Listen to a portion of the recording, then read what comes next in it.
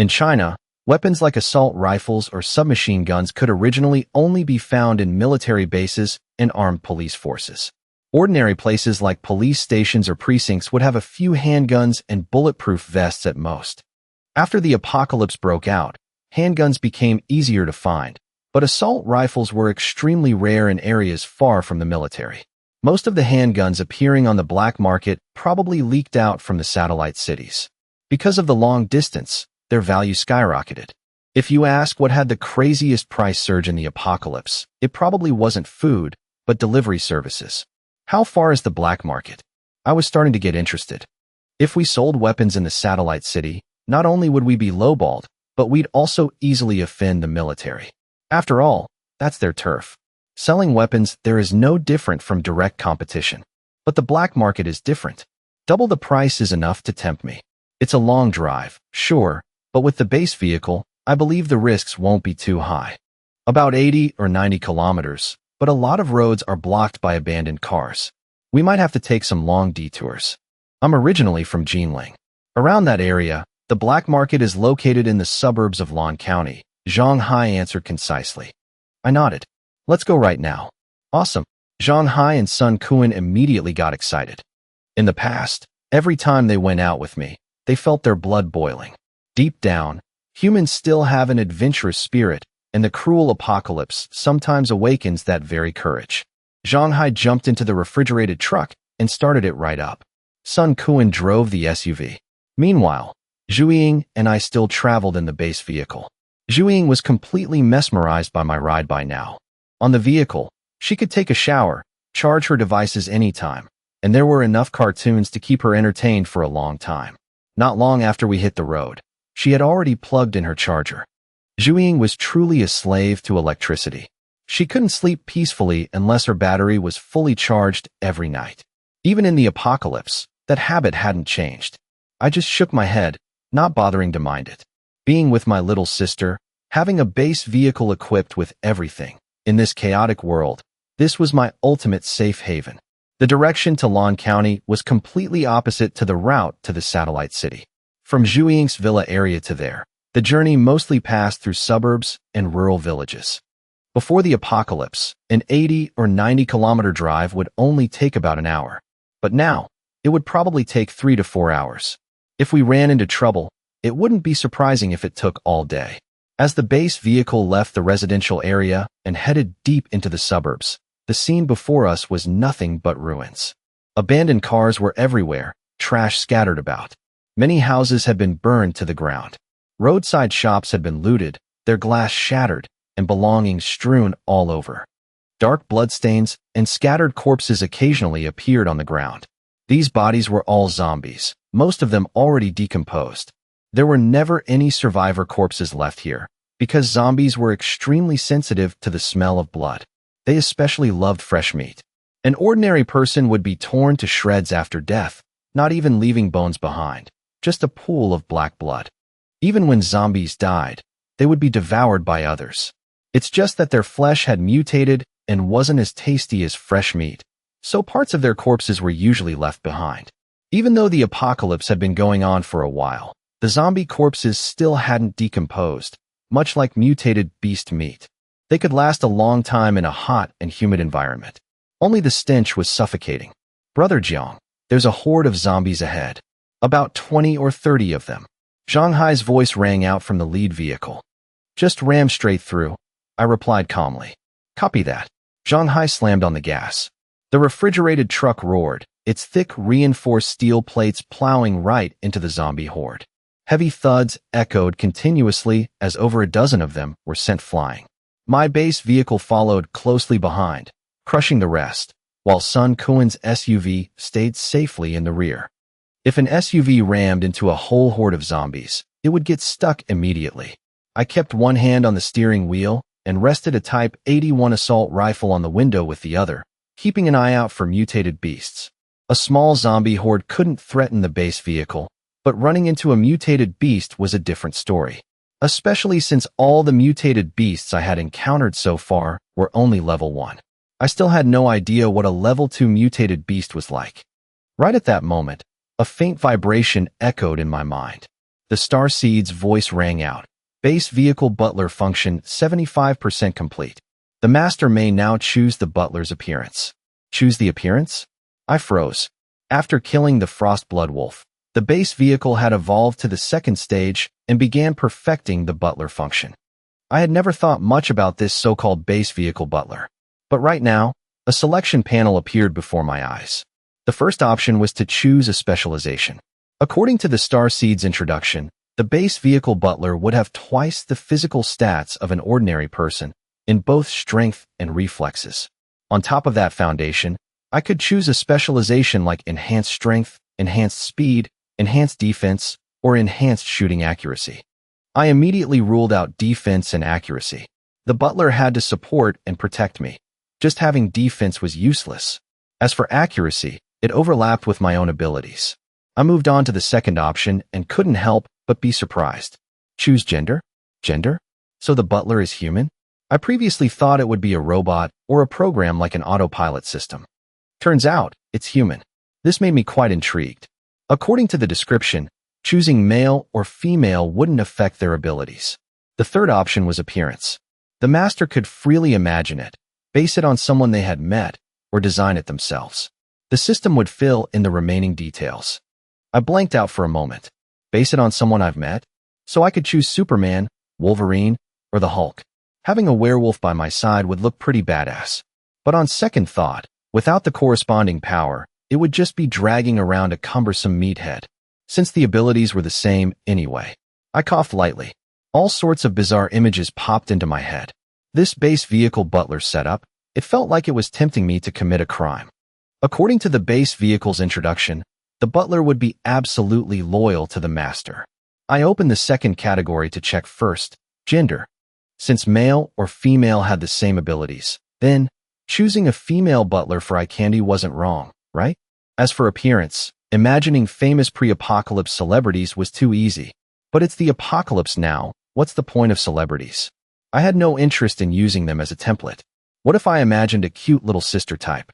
Fishnets, long legs, obedient, lowly, straight black hair, innocent. I think I'm overthinking this. But just imagine it. A girl with long black hair, a mini skirt, fishnets, a sexy figure, and long, straight legs. Normally, she'd obediently follow me, absolutely submissive. But when encountering an enemy, she'd suddenly pull out a giant axe taller than herself and smash down a wall. Or a cute lowly, smiling innocently and harmlessly. But the next second, she'd whip out a grenade launcher bigger than her body and blow up an entire house. I didn't understand why I had so many weird fetishes, but once the thought appeared, it was hard to shake off. Camouflage. It's all for camouflage, I told myself. In the apocalypse, camouflage is essential for survival. If I brought along a hulking musclehead built like a mountain, others would immediately be on guard. They'd treat me like a humanoid monster, and my true combat strength would be heavily restricted during a fight. So, I'm choosing a cute girl not for any ulterior motives, but purely for camouflage.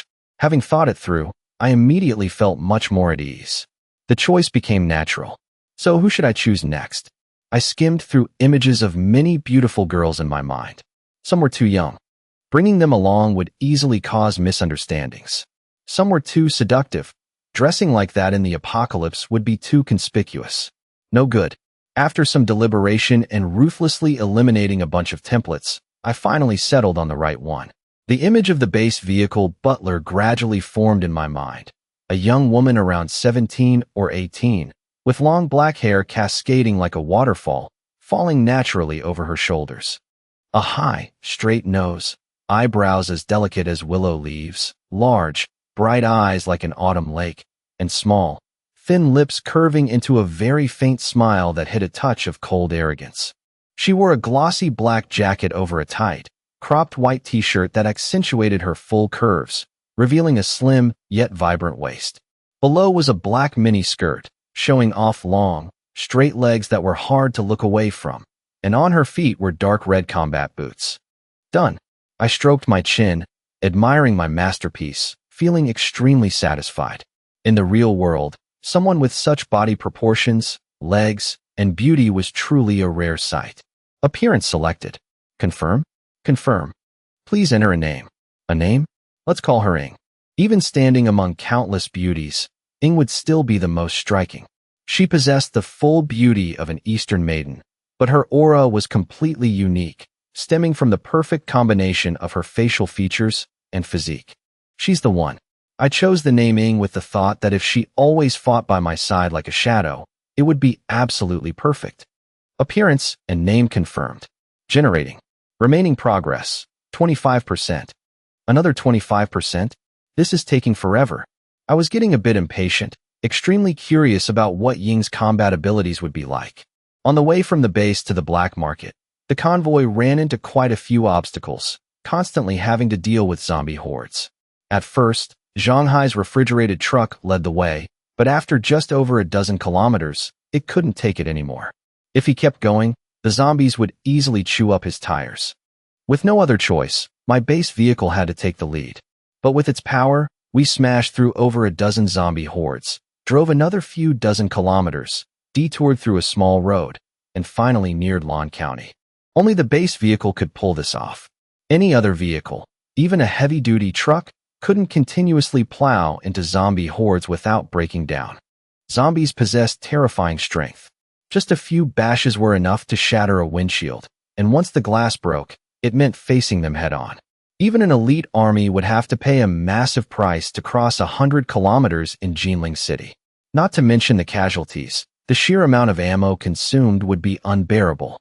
Shooting to kill mutated beasts was worth it, but shooting zombies right now was practically pointless. Zombies had far greater vitality than ordinary humans. A living person hit by an assault rifle bullet, even if not in a vital spot, would instantly lose combat capability. But zombies, if they weren't shot in the head or heart, even if they lost their legs, they could still crawl over to bite and tear. These zombies, their physiques seemed to be getting stronger. As the vehicle approached Lan County, looking at the corpses we had just run over, I fell into deep thought.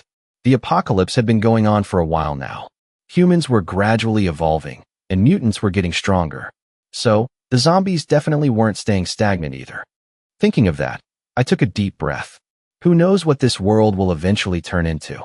Brother Jiang, the black market is right ahead. Zhang Hai sped up, catching up to my base vehicle, rolled down the refrigerated truck's window, and shouted. I looked in the direction he pointed. At the end of the road, a gloomy little town appeared. Inside, I could vaguely see a gathering of vehicles and tents. It was late afternoon by now. The sun was setting in the west, and the fiery red sunset dyed the clouds. But against that fiery backdrop, the gloomy town looked like a deep, dark stain. A sinister darkness was quietly spreading, waiting for night to fully fall. Looking at the black market ahead, I nodded. As my convoy drove up to the black market's entrance, before we even stopped, I saw a few people in tattered clothes on the outskirts. They had pale faces and emaciated bodies, seemingly so exhausted they had no strength left. They looked no different from soulless corpses. Their eyes stared blankly at the passing crowd, completely devoid of life. Whenever someone walked by, they would desperately reach out, as if begging for a little food, but no one even bothered to spare them a glance. Before the apocalypse, beggars could still scrape by. But after the apocalypse, when even ordinary people had to struggle with hunger every day, how could they possibly beg for anything? Seeing that sight, I shook my head slightly. They were all able-bodied, with all their limbs intact, but they were so terrified of zombies that they didn't dare go out to find food. They'd rather sit here waiting for handouts. In this post-apocalyptic world, the more you fear death, the faster death comes for you. The black market had no walls or grand gates. There was just a simple wooden sign erected at the entrance, with 4 words written on it, Lan County Trading Zone. Right next to the sign was a massive beast skeleton. It looked somewhat like a dog skeleton, but it was larger than a cow. Dried bloodstains still lingered on the bones. Obviously, this was once a mutated beast. After being killed, its meat had been stripped clean, leaving only the bare skeleton. With mutated beasts, the most precious thing was the star core. Next was the meat, used as food for mutants. As for the bones, their current value wasn't high, because no matter how strong they were alive, after death, their bones weren't hard enough to forge weapons, falling far short of steel. Standing next to the skeleton were 2 burly men, their faces covered in scars and muscles bulging. They looked exactly like the daredevil type. There were no energy fluctuations coming from them. They were clearly just ordinary humans. Each carried a broadsword, standing guard at the gate like two door gods. This was the black market's way of showing dominance. For a trading hub like this to exist, it absolutely needed a faction backing and controlling it. Otherwise, in this lawless world, the strong would simply rob the weak, and there would be no trading to speak of. Only when rules are established and maintained through violence can a black market survive.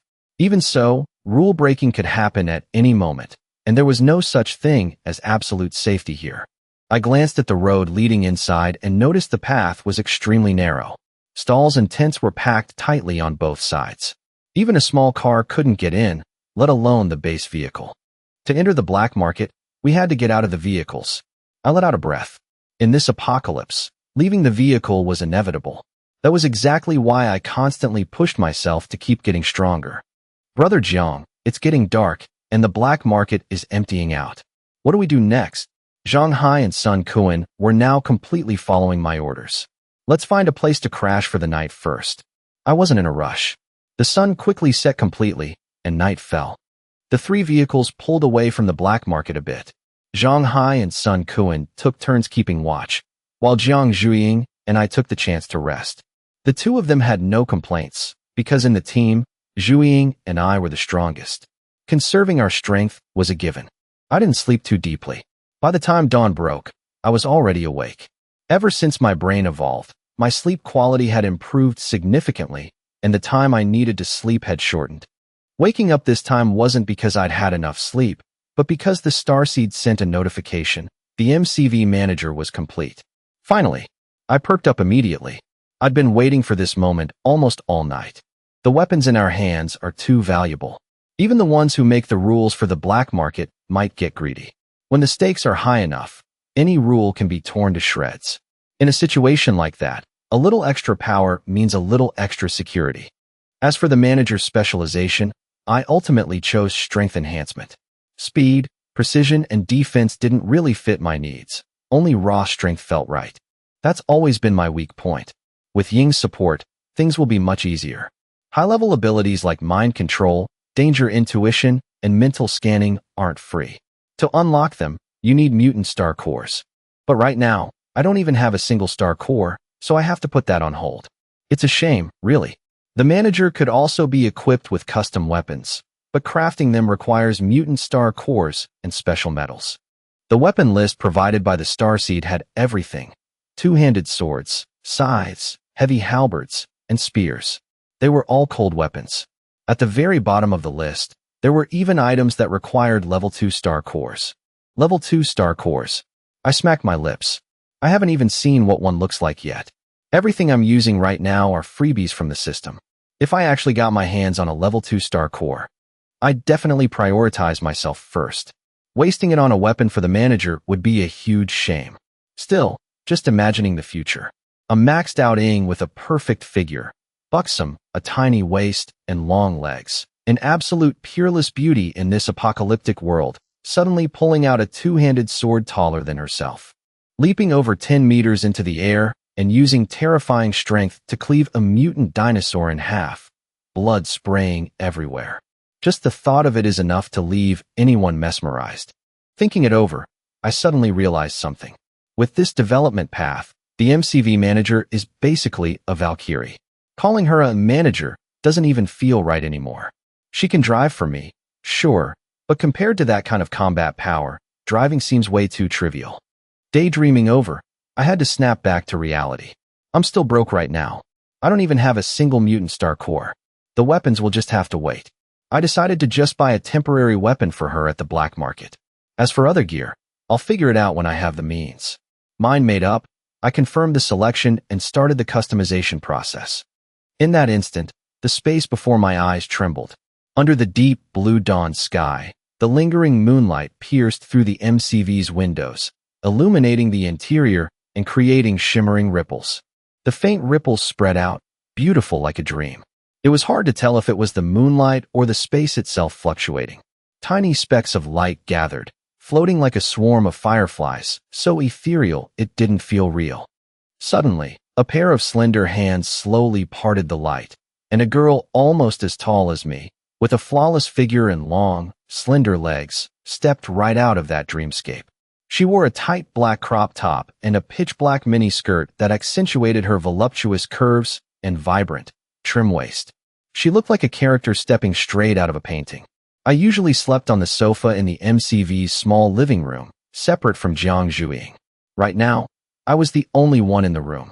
The sun hadn't even fully risen yet, but suddenly, an absolute bombshell appeared right in front of me. The visual shock was intense. If I were just some ordinary, horny teenager, I'd probably be drooling by now. Right at that moment, the starseed's voice echoed in my head. Scanning host. Scan complete. Consciousness link fully established. Almost immediately, I felt an incredibly strong connection between myself and the beautiful girl standing before me. Simply put, it was a link between a master and their subordinate. Her physical condition and all detailed stats were clearly displayed on the interface provided by the starseed. Just like the starseed itself, she was bound to me, absolutely loyal, with zero possibility of betrayal. At first, she didn't seem to have any independent consciousness. That was until the starseed asked if I wanted to activate the MCV manager.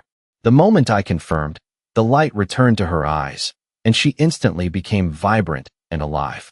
I let out a light cough, intending to say hello, but the long-haired beauty beat me to it. Are you the host? Yeah. The words I was about to say got stuck in my throat, leaving me to reflexively reply, that's right. Wait a minute. This wasn't how I imagined it going down. Logically speaking, shouldn't she be calling me master? At the very least, she should smile, bow gracefully, and gently ask, Master, do you have any orders for me? Calling me host just sounds incredibly weird. It's fine when the starseed says it, but coming from a gorgeous girl, it makes me feel like some kind of parasite. I grumbled inwardly, though my eyes couldn't help but follow her as she curiously inspected the MCV, especially the equipment I'd modified. She leaned over and reached out to touch the steering wheel. In that brief moment, her tight black mini-skirt perfectly hugged the plump curves of her backside, looking incredibly seductive. I quickly cleared my throat and said, Could you stop calling me host? It sounds weird. Then what should I call you? Ing stood up straight and turned to look at me. Call me. I hesitated. No matter how thick-skinned I was, I just couldn't bring myself to say the word master. Just call me Brother Jiang. Brother Jiang. Ying's soft voice rang out. Paired with that form of address, it sounded incredibly sweet. But right then, I suddenly realized a very serious problem. Ying wasn't wearing any underwear. I froze. When I was customizing her, I was completely focused on the crop top and the black jacket.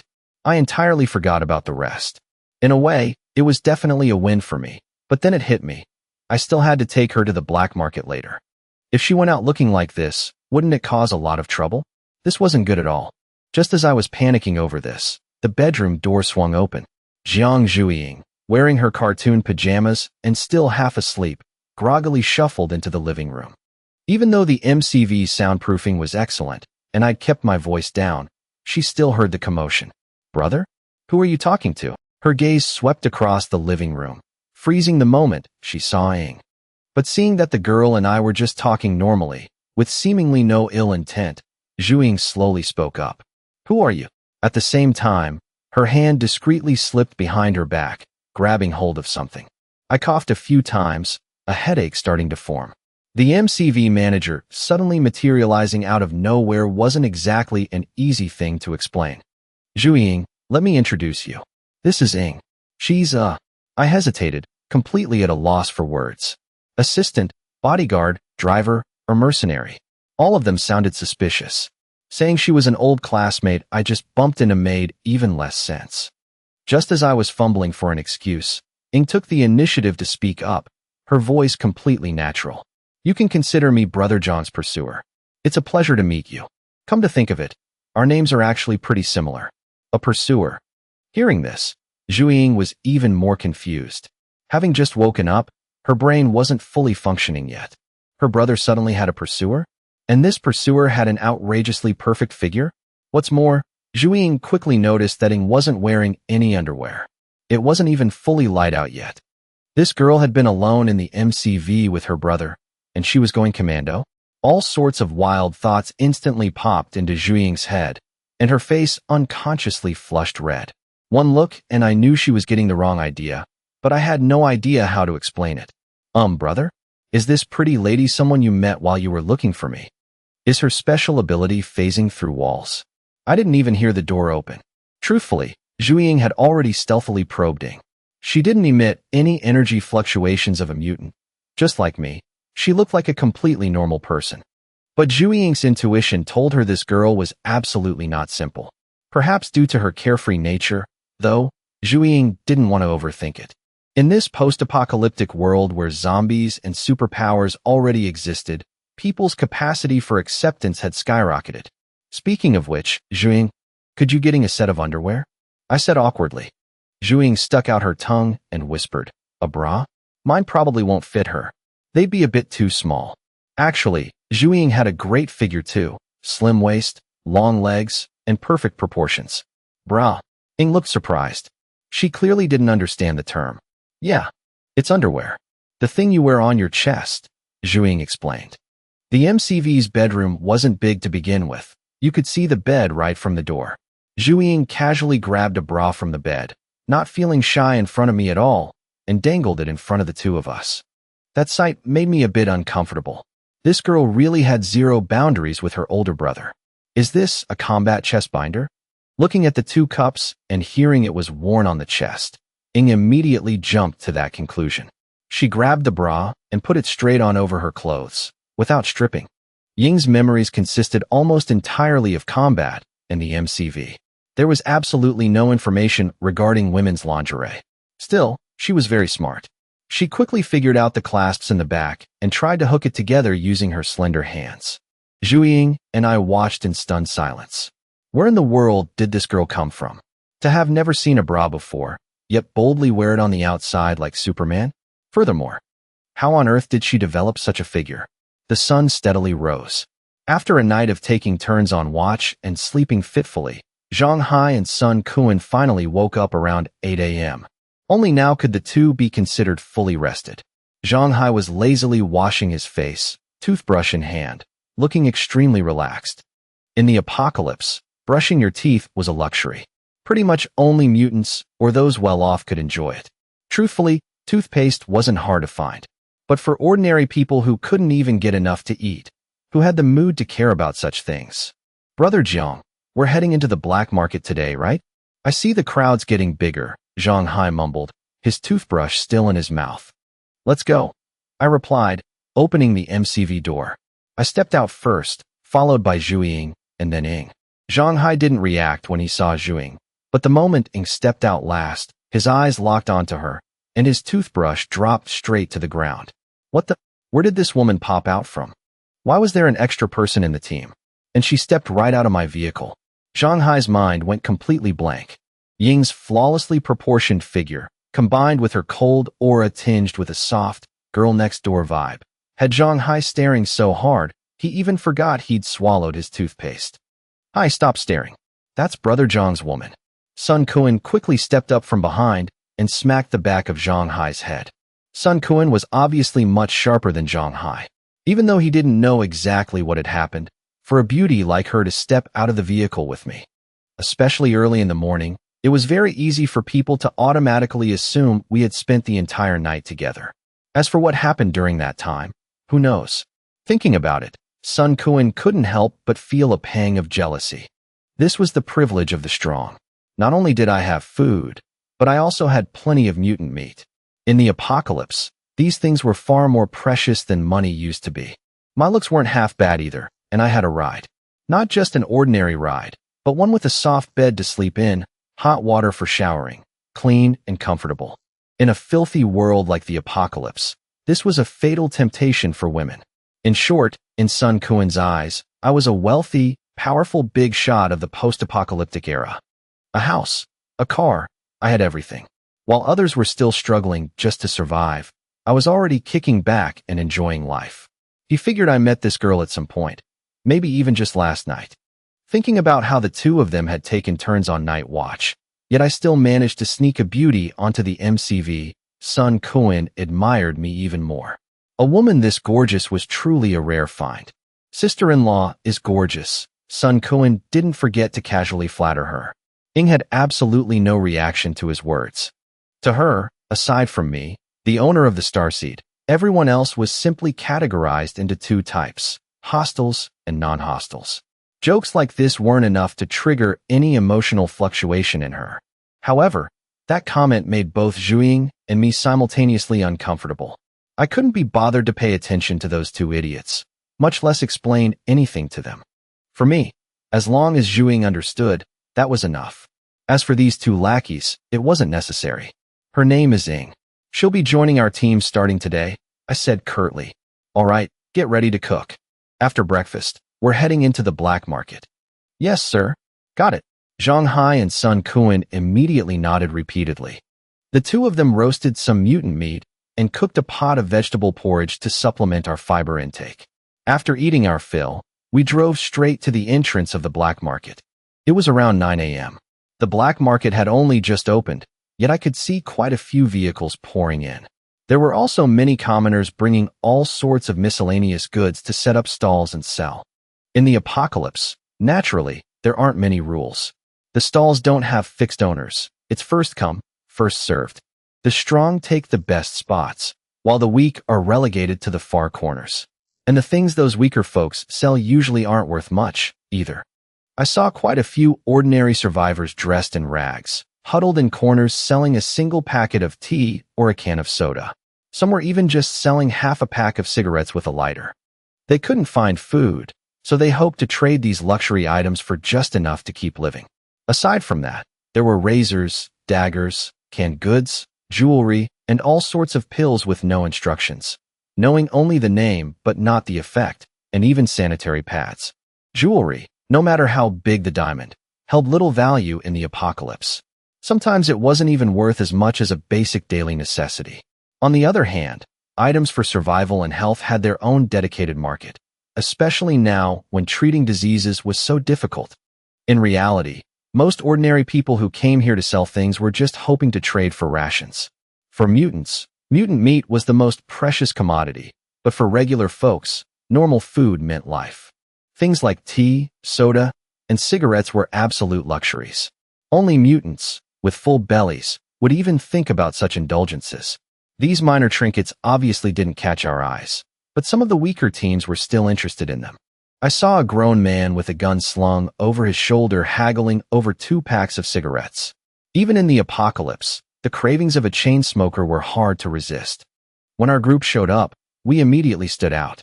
2 girls with completely different styles, plus Zhang Hai and Sun Kuin with their burly builds and automatic rifles in hand. It all drew plenty of stares. By comparison, I was the least conspicuous out of all 5 of us. To avoid trouble, I intentionally had Zhang Hai and Sun Kuin flaunt their guns. Weapons meant deterrence.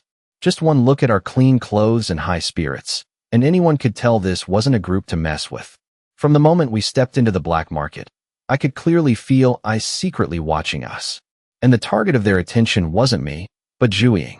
Neither Ing nor I gave off any mutant energy fluctuations. Among the other 3, Zhuiying was clearly the strongest. Looks like they're VIPs. These knickknacks definitely won't catch their eye. Not far away, a young man whispered to an old man beside him.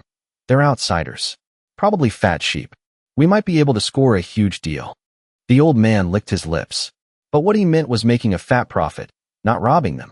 In this black market, no one dared to casually break the rules. Zhang Hua, go lead them inside. Probably only the goods in the inner sector will tempt them. The black market wasn't massive, but it wasn't small either. I noticed right after walking in. The closer you got to the center, the higher the value of the goods. In the outer perimeter, it was mostly just ordinary folks selling cheap daily necessities. Weapons were limited to kitchen knives, daggers, or maybe a few fire axes, which were already considered rare. But heading deeper inside, higher-end items started appearing. Military shovels, handguns, ammo, bulletproof vests, and military tri-blade bayonets. Most of these originated from the police or the military post-apocalypse, and the sellers were almost entirely mutants. I casually asked for the price of a few guns and immediately realized they were way higher than the rates offered by the military in the satellite city. And those were just handguns. I hadn't even seen any rifles yet. Let's get acquainted. I'm Zhanghua. May I ask what this lovely lady is looking to buy? A smooth voice chimed in next to Zhuiying. A man in a neat suit with meticulously combed hair appeared, sporting a sunny smile. I couldn't help but be surprised. To think someone could maintain this kind of appearance in the apocalypse. If you didn't know better, you'd think he was a pre-apocalypse insurance agent. Zhuiying was clearly annoyed, frowning because this guy kept trying to get close and bothering her. She then turned to look at me. What do you have? I cut in. What I needed right now were mutant star cores above all else, followed by a weapon for Ing. With a combat style heavily reliant on raw strength, a pair of dual swords would be ideal, even though I knew they'd be incredibly hard to find. But at the very least, I couldn't let her use a fire axe. That would just be too embarrassing. The man in the suit froze slightly. It seemed he initially thought Zhuiying was the leader. He hadn't expected me to be the captain. It wasn't that strange. The captain didn't necessarily have to be the strongest. Usually, it was the one with the clearest head. This was especially true for small teams. Being reasonably smart was enough. You didn't have to be a genius. Well, we have plenty of goods. We've got rations and mutant meat. If you're looking to buy guns, from handguns and semi-automatic rifles to automatic rifles, we can easily round up 1 or 2 for you. We also have grenades. 3 to 5 won't be a problem. Of course, as for the price. Zhanghua smiled slyly, looking like he shared some unspoken understanding. He threw a quick glance at the guns Zhang Hai and the others were holding, a Type 81 and a Type 56 semi-automatic. The Type 56 wasn't super powerful and only fired in semi-auto, but ammo was incredibly scarce in the apocalypse. For someone who wasn't a great shot, it was the more ammo-efficient choice. Zhanghua quickly sized up our team based on our mutant count and equipment. In his eyes, Zhuiying was the strongest mutant, while Zhang Hai and Sun Kuan were weaker. I was the captain who thought himself smart, but had 0 combat power, basically dead weight. And Ing was seen as just a bed warmer for the night, albeit an undeniably stunning one. With this assessment, he figured our team was significantly weaker than the factions running the black market. That's why he dared to approach and look for a chance to rip us off. If our team had been too strong, he never would have risked it. He already saw that we only had 1 automatic rifle and 1 semi-automatic. Rifles were highly sought-after commodities in the black market. The second I opened my mouth to ask to buy one, he'd hike up the price without mercy. Oh, so what are the prices like? I smiled, intentionally leaving out the fact that I was here to sell guns. This was a classic trick when dealing with shady merchants. It's a black market for a reason. Of course they're crooked. If I said straight away that I was selling, the buying price would definitely be lowballed to the extreme. I suddenly recalled an old memory. The year my parents passed away, I went to sell the house, but when I walked into the agency, I pretended to ask about buying. The agent ranted on and on about the potential for price appreciation, and how if I didn't buy today, someone else would snatch it up tomorrow. The moment I calmly stated I was there to sell a house, his expression instantly changed. If you're looking to buy a Type 81, the price is this. Zhanghua subtly held up 3 fingers. That doesn't include ammo. Ammo is sold separately. I sneered inwardly as I looked at him. 3 fingers meant 3 tons of mutant meat. What a massive ripoff. The military sold a Type 81 for only 800 kilograms of mutant meat, and it even came with 2 magazines containing 120 rounds. Here, just the gun alone cost 3 tons. Brother, this price is honestly very reasonable. Seeing my dissatisfaction, Zhanghua immediately feigned sincerity. You can see for yourself, no one around here is selling rifles. They're only available in the inner sector, and only a few large teams sell them. Quantities are low, and they get bought out the moment they appear. He kept running his mouth, emphasizing that this black market was maintained by powerful teams, especially Team 7. That team boasted the top 4 strongest mutants and 3 slightly weaker ones, though even those 3 would be pillars of strength in any other group. It was because of this strength that they had the qualifications to sell automatic rifles, something no one else would normally bear to part with. Aside from the exorbitant prices, most of what he said was actually true. Zhuiying stood beside me and chuckled softly, looking at me with amusement. She clearly hadn't expected me to play mind games with a crooked merchant like this. Zhang Hua didn't understand why Zhu Ying laughed, but in his eyes, that smile was clearly mocking him, which pissed him off to no end. A team of outsiders barges into his territory, dares to cop an attitude, and even mocks him? Don't they know whose turf this is?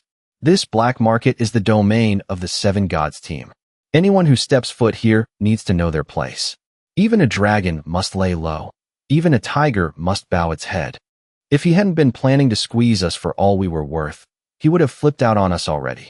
He was just doing his best to hold it in for now. Right at that moment, I spoke up again. Do you do bulk weapon trades? Do you sell mutant star cores?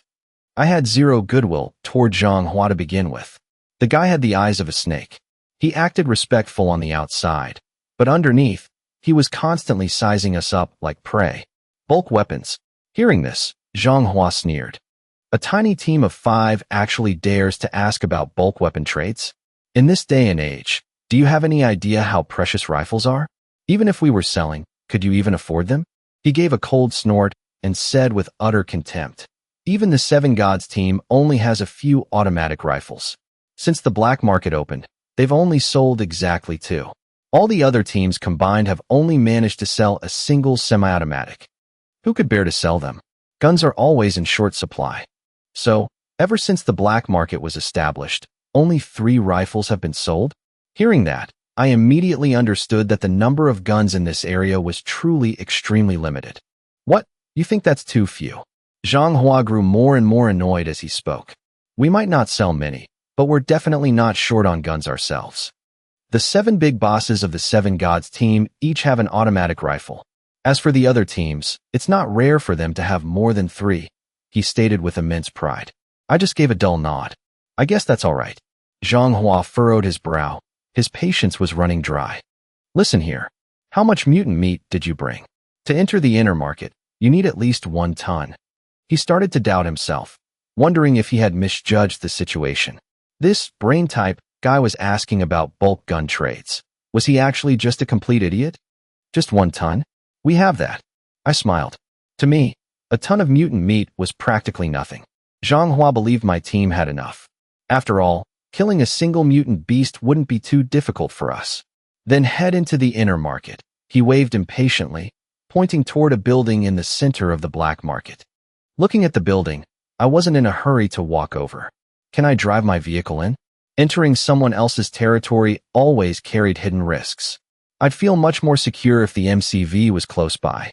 Normally, my MCV definitely wouldn't be allowed in, but if the black market management arranged it and moved a few stalls to clear a path, it wasn't impossible. Drive in. Zhang Hua looked at me like I was an idiot. He just wanted to scream, "Who the hell do you think you are?" But he held back, his voice thick with annoyance. Only the 7 big bosses of the Seven Gods team are allowed to drive in. They have a lot of loot to transport, sometimes carrying several tons of mutant meat at once. Have you ever seen a mutant beast weighing 3 or 4 tons? He sneered, certain I'd never laid eyes on such a thing. To him, I was just a frail brain type who sat in a base all day. Zhu Ying might have seen one, but even she probably couldn't kill a 3-ton beast. 3 or 4 tons. I chuckled coldly. The very first mutant boar I killed weighed almost 10 tons. 3 or 4 tons wouldn't even be enough to buy a single gun. Strip the skin and remove the bones, and it probably wouldn't be enough. With the extortionate prices at this black market, a 3 or 4-ton mutant beast, minus a star core, absolutely couldn't buy a gun. Zhang Hua stared at me wide-eyed.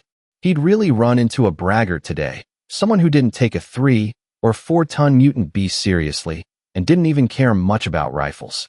In this apocalypse, the value of a single gun could be compared to the lives of hundreds of ordinary people. Yet here I was, just an ordinary guy myself. What's the point of bragging? If you think so little of guns, then why come to the black market to buy them? He growled. Initially, when I asked about gun prices, he really thought I was here to buy. I couldn't be bothered to explain further. Talking to Zhang Hua was pointless. He was just an errand boy with absolutely zero decision-making power. Right at that moment, the ear-piercing blast of a truck horn echoed through the air. A truck charged straight into the black market from outside. Even though it had slowed down, driving through the stalls threw the whole area into chaos. People scrambled to dodge, and some even took a tumble. I'd seen vehicles drive through the market before, but trying to go fast without causing a disturbance was no easy feat, yet this truck was rushing so hard that everyone had to scramble out of its way. The moment he saw the truck, Zhang Hua's eyes lit up. It's Boss Yuan. He's here too. Huh. This so-called big shot Yuan was the leader of a survivor team, and that box truck was his ride. Zhang Hua recognized it immediately. Boss Yuan was a top-tier mutant whose special ability made him excellent at hunting mutant beasts.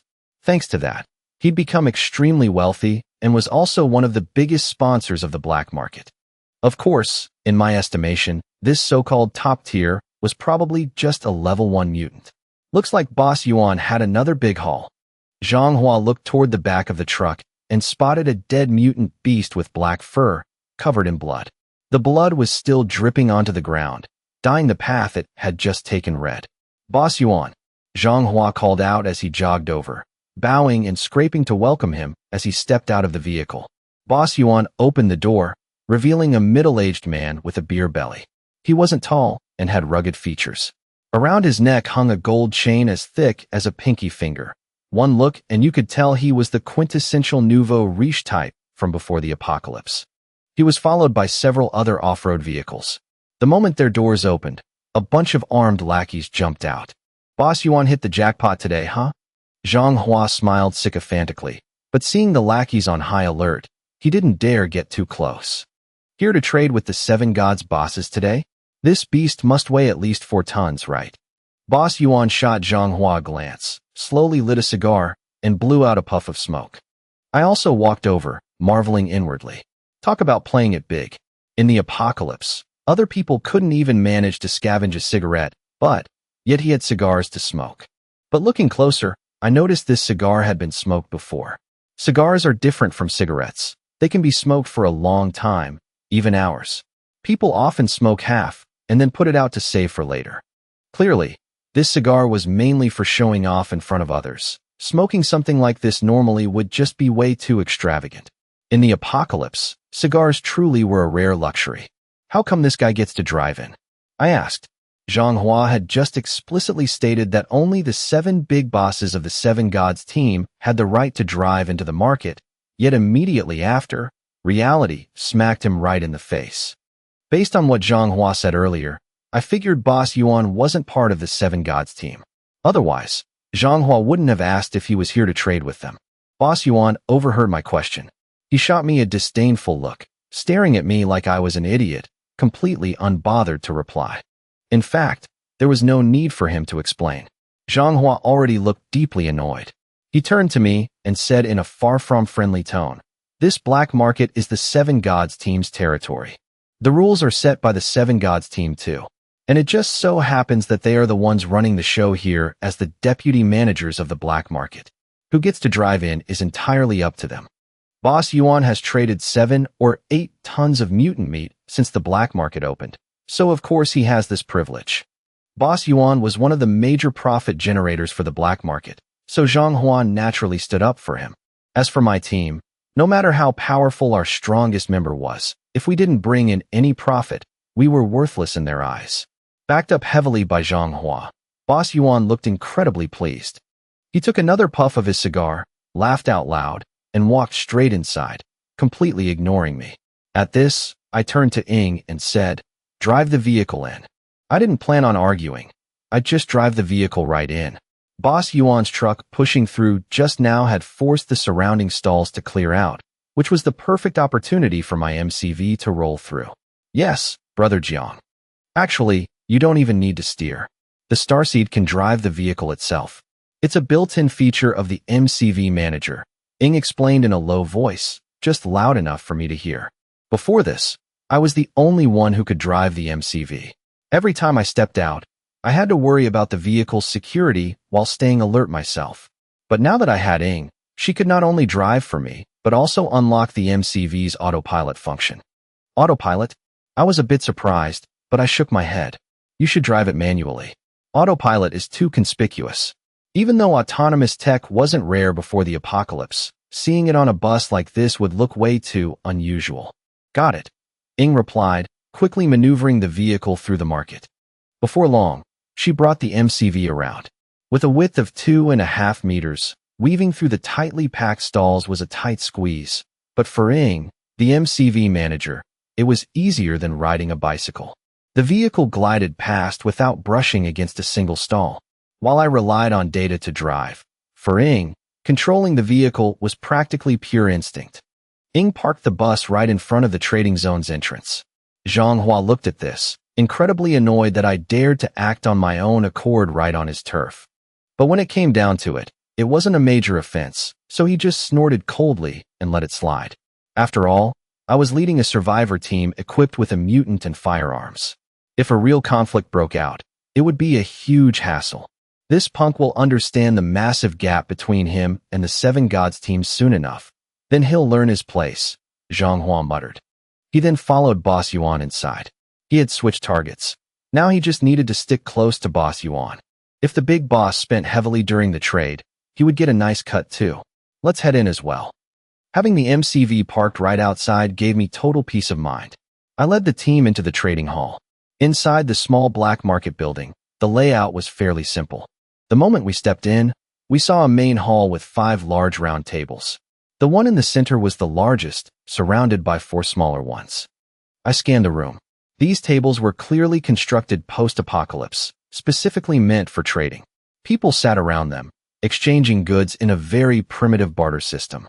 The apocalypse had only started recently, so trying to establish a polished market with proper currency wasn't realistic.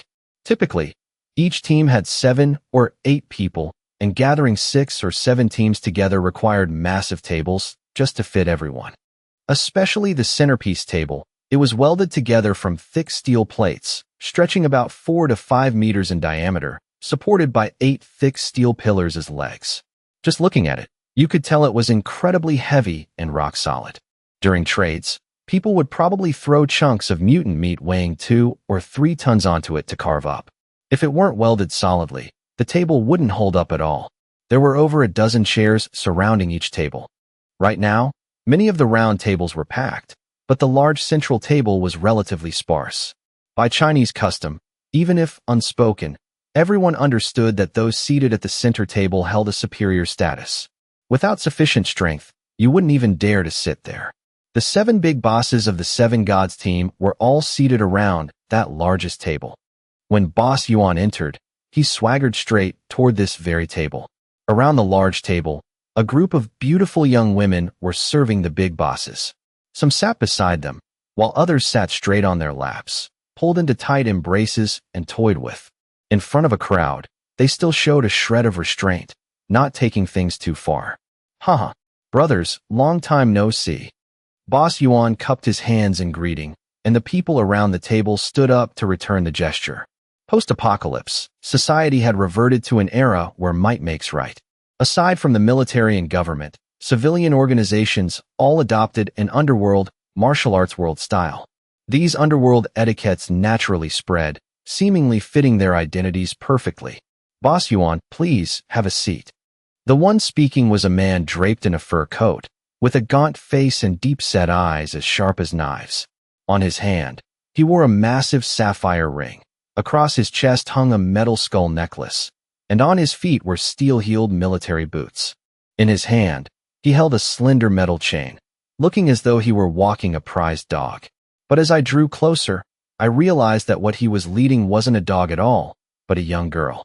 A teenager, maybe 17 or 18, with pitifully scant clothing, was crawling on the ground like a dog, a metal collar clamped around her neck. Despite her pretty features, her face was deathly pale. The man in the fur coat would occasionally yank the chain, and the girl would instantly scramble forward, the metal collar chafing against her skin and leaving angry red welts on her fair complexion. That bastard deserves to die, Jiang Zhuing muttered, unable to stomach the sight before her. In the apocalypse, when laws crumble and morals decay, humanity's darkest traits emerge with terrifying clarity. This was especially true for those wielding power. They could do practically anything without facing consequences. Keeping a beauty as a pet was likely a twisted fantasy for quite a few men. Impossible during peaceful times, the opportunity had now presented itself. If they treated them well, it might still be tolerable, But this girl had clearly been abused. Her body was covered in whip welts, and she was being paraded around like an animal in public. This fur-coated freak was undoubtedly a psychopath. His aura is incredibly strong. He's probably one of the big bosses of the Seven Gods team, Jiang Zhuiying added. Her ability to perceive mutants was extremely sharp. As for me at this moment, thanks to my brain's evolution, I was starting to sense similar impressions. Probably. Let's head over to the center table. With that, I led the team straight toward the massive table in the middle. Almost instantly, dozens of eyes locked onto us. The large table in the center was by default reserved for the strongest, including the founders of the black market and VIP guests like Boss Yuan. The other smaller teams knew their place well. One look at the layout of the room was enough for them to know where they belonged, so they naturally dispersed to the four corner tables. But my team was different. It was clearly our first time here, yet we walked straight toward the central table without a moment's hesitation. Did they not know the rules, or were they just completely blind? Humph. The man in the fur coat frowned slightly, while Boss Yuan stared with wide eyes, the fat on his face twitching a few times. The girl in his arms whimpered softly, a flash of deep red seemingly flickering in her eyes. Outside the door, Boss Yuan had already heard me ask a stupid question, wondering why he was allowed to drive in. And now, I actually dared to sit at the center table. Before the apocalypse, Boss Yuan was just a butcher. After the apocalypse, he awakened an ability. Since his power was related to butchering pigs, hunting mutant beasts became incredibly easy for him. This was exactly what elevated him to a new status, and it also meant he couldn't tolerate the slightest disrespect. Get the hell out of here. This isn't a place for you to sit. Boss Yuan slammed his fleshy hand onto the table and roared. I glanced at him, completely brushing him off, and looked straight at the man in the fur coat. No doubt about it, this guy was the true master of this room. You're not a mutant, are you? The man in the fur coat narrowed his eyes, sizing me up from head to toe. Since I was leading the team, his gaze was entirely locked onto me. What does it matter whether I'm a mutant or not? I replied calmly. This is a trade. I heard that entering this place requires a ton of mutant meat. I have goods to trade, so why can't I sit here? With that, I sat right down on the steel chair opposite him. My posture was steady, like a general taking his seat in the middle of a battlefield. The atmosphere in the room shifted instantly. Everyone around this central table was a top-tier powerhouse. The invisible pressure was so heavy that an ordinary person wouldn't even be able to stand straight. The ones who could sit here so leisurely all possessed absolute power, which bred their immense confidence. I was the only ordinary person, yet the moment I sat down, all the big shots in the room were stunned. What the hell is wrong with this kid? Not only did I sit down, but right after, Jiang Zhuiying casually took a seat beside me. Then came Ying, a girl everyone assumed was just eye candy with zero energy, who sat down right next to me as well. Only Sun Kuan and Zhang Hai remained standing. The two glanced at the chairs briefly, but chose not to sit. It wasn't just because they lacked the presence, but also because they knew exactly what to do. Since I was seated, they should stand. So, Sun Kuan and Zhang Hai stood on either side behind me, each holding a rifle. With their burly builds, they looked like two door gods standing guard. I leaned back into my chair, flanked by beauties with two muscular bodyguards behind me. The aura I radiated was indistinguishable from a true underworld mob boss. Damn, this kid is really flexing. A bunch of mutants, leaders of different teams, all stared wide-eyed. They were normally very confident, each with their own distinct swagger, but standing before me right now, they felt like they were a step behind. Who's the real boss here anyway?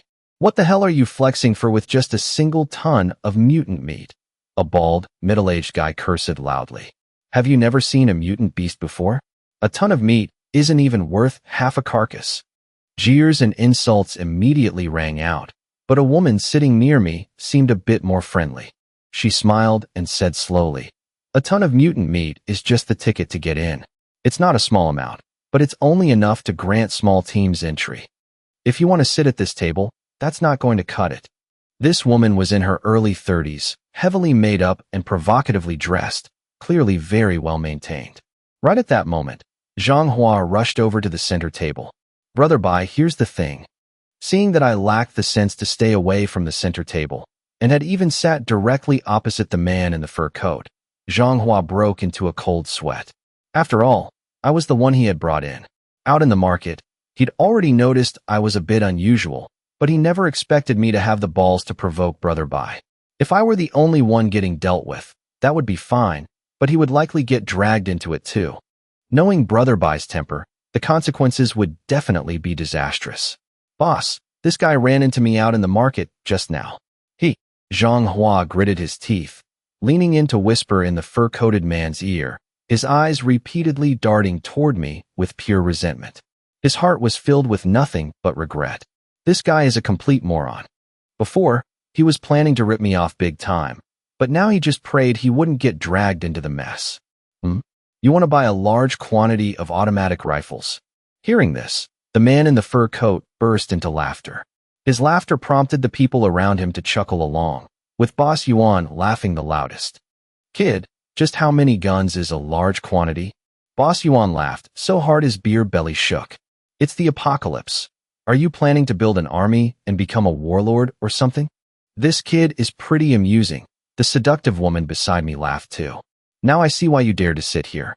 Turns out you're just naive. She tilted her head to look at me, her tone dripping with mockery. Kiddo, do you know how many tons of mutant meat a single automatic rifle costs nowadays? How much? I smiled and asked back, treating Zhang Hua's previous words like background noise. He was just a nobody whose words carried no weight. But this woman was different. She was clearly someone with real authority. She held up 2 fingers. At least 2 tons of mutant meat for one. As for semi-automatic rifles, they start from 1.5 tons. This price was a whole ton lower than what Zhang Hua had quoted, exposing his lie right then and there. Normally, he might have been upset, but right now, because I seemed so utterly stupid, he didn't even care. 2 tons, huh? I smiled inwardly. I knew very well that this was the official, top-tier market price. Compared to the satellite city, where a gun only cost around 800 to 900 kilograms of mutant meat, the price here was nearly double. If I sold all the weapons in my vehicle, I could definitely net a massive amount of mutant star cores. If that's the price, would you buy them? I slowly dug a trap.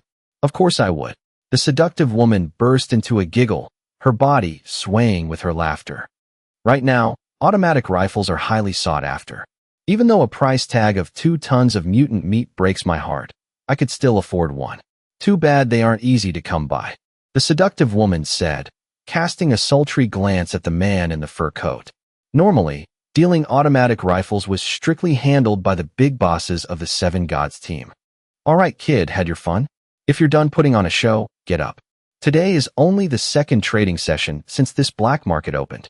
I don't want to ruin the mood, but I also won't tolerate some clown making a scene just for attention, the man in the fur coat said, his voice suddenly turning ice cold, dripping with killing intent. Making a scene? I shook my head. I value my time way too much for that. If you guys want to cause trouble, I'm not interested in joining. And I couldn't care less about sitting in some prestigious spot. You call this crude, welded steel furniture prestigious? I don't give a damn about it. But now that I've sat down, I'm not letting anyone force me back up. Today, I'm staying right here. My words were firm and unyielding. A fight? My team wouldn't back down from anyone. Plus the MCV was parked right outside, and its air cannon could fire at a moment's notice. Still, I knew full well that the leader, Brother Bai, and his 7 Gods team wouldn't easily make a move. Organizing this black market clearly showed their ambition. If a violent conflict broke out during a trading session, it would completely ruin the event they worked so hard to build. After all, who would dare come here to trade if it wasn't safe? Kid, you've got guts, the man in the fur coat said, his eyes turning icy. Kicking me out wouldn't be easy, especially with 2 armed, burly guys backing me up.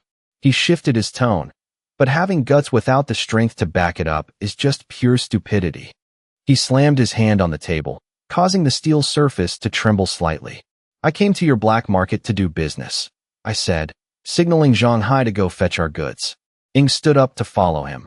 Without her, Zhang Hai wouldn't even be able to open the MCV's doors. Interesting. Let's see what this brat can actually bring to the table. Boss Yuan shot me a contemptuous look before turning to the crowd. All right, folks, let's not let a total party pooper ruin the mood. Show us what you've got.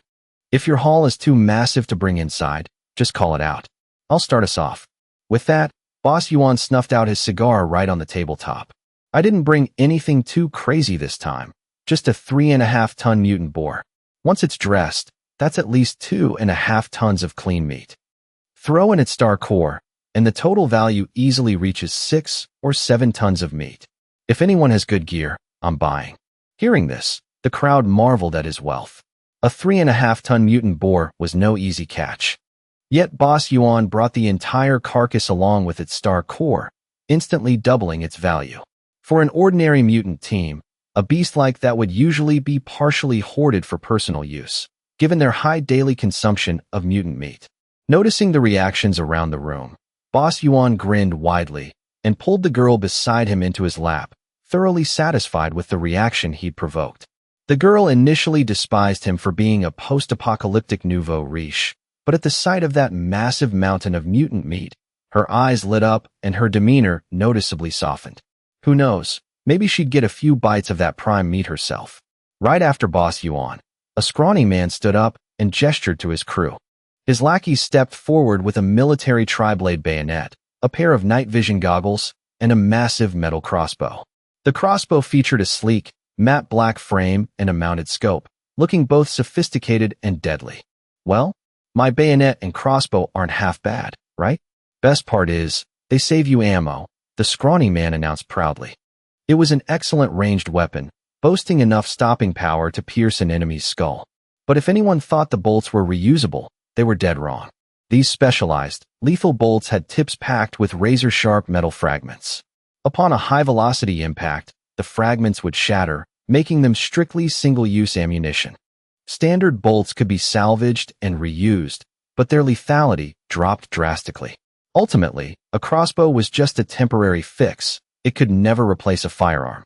On the other hand, the tri-blade bayonet was highly practical, especially for strength-type mutants who lacked a proper weapon, since it was far sturdier than a standard dagger.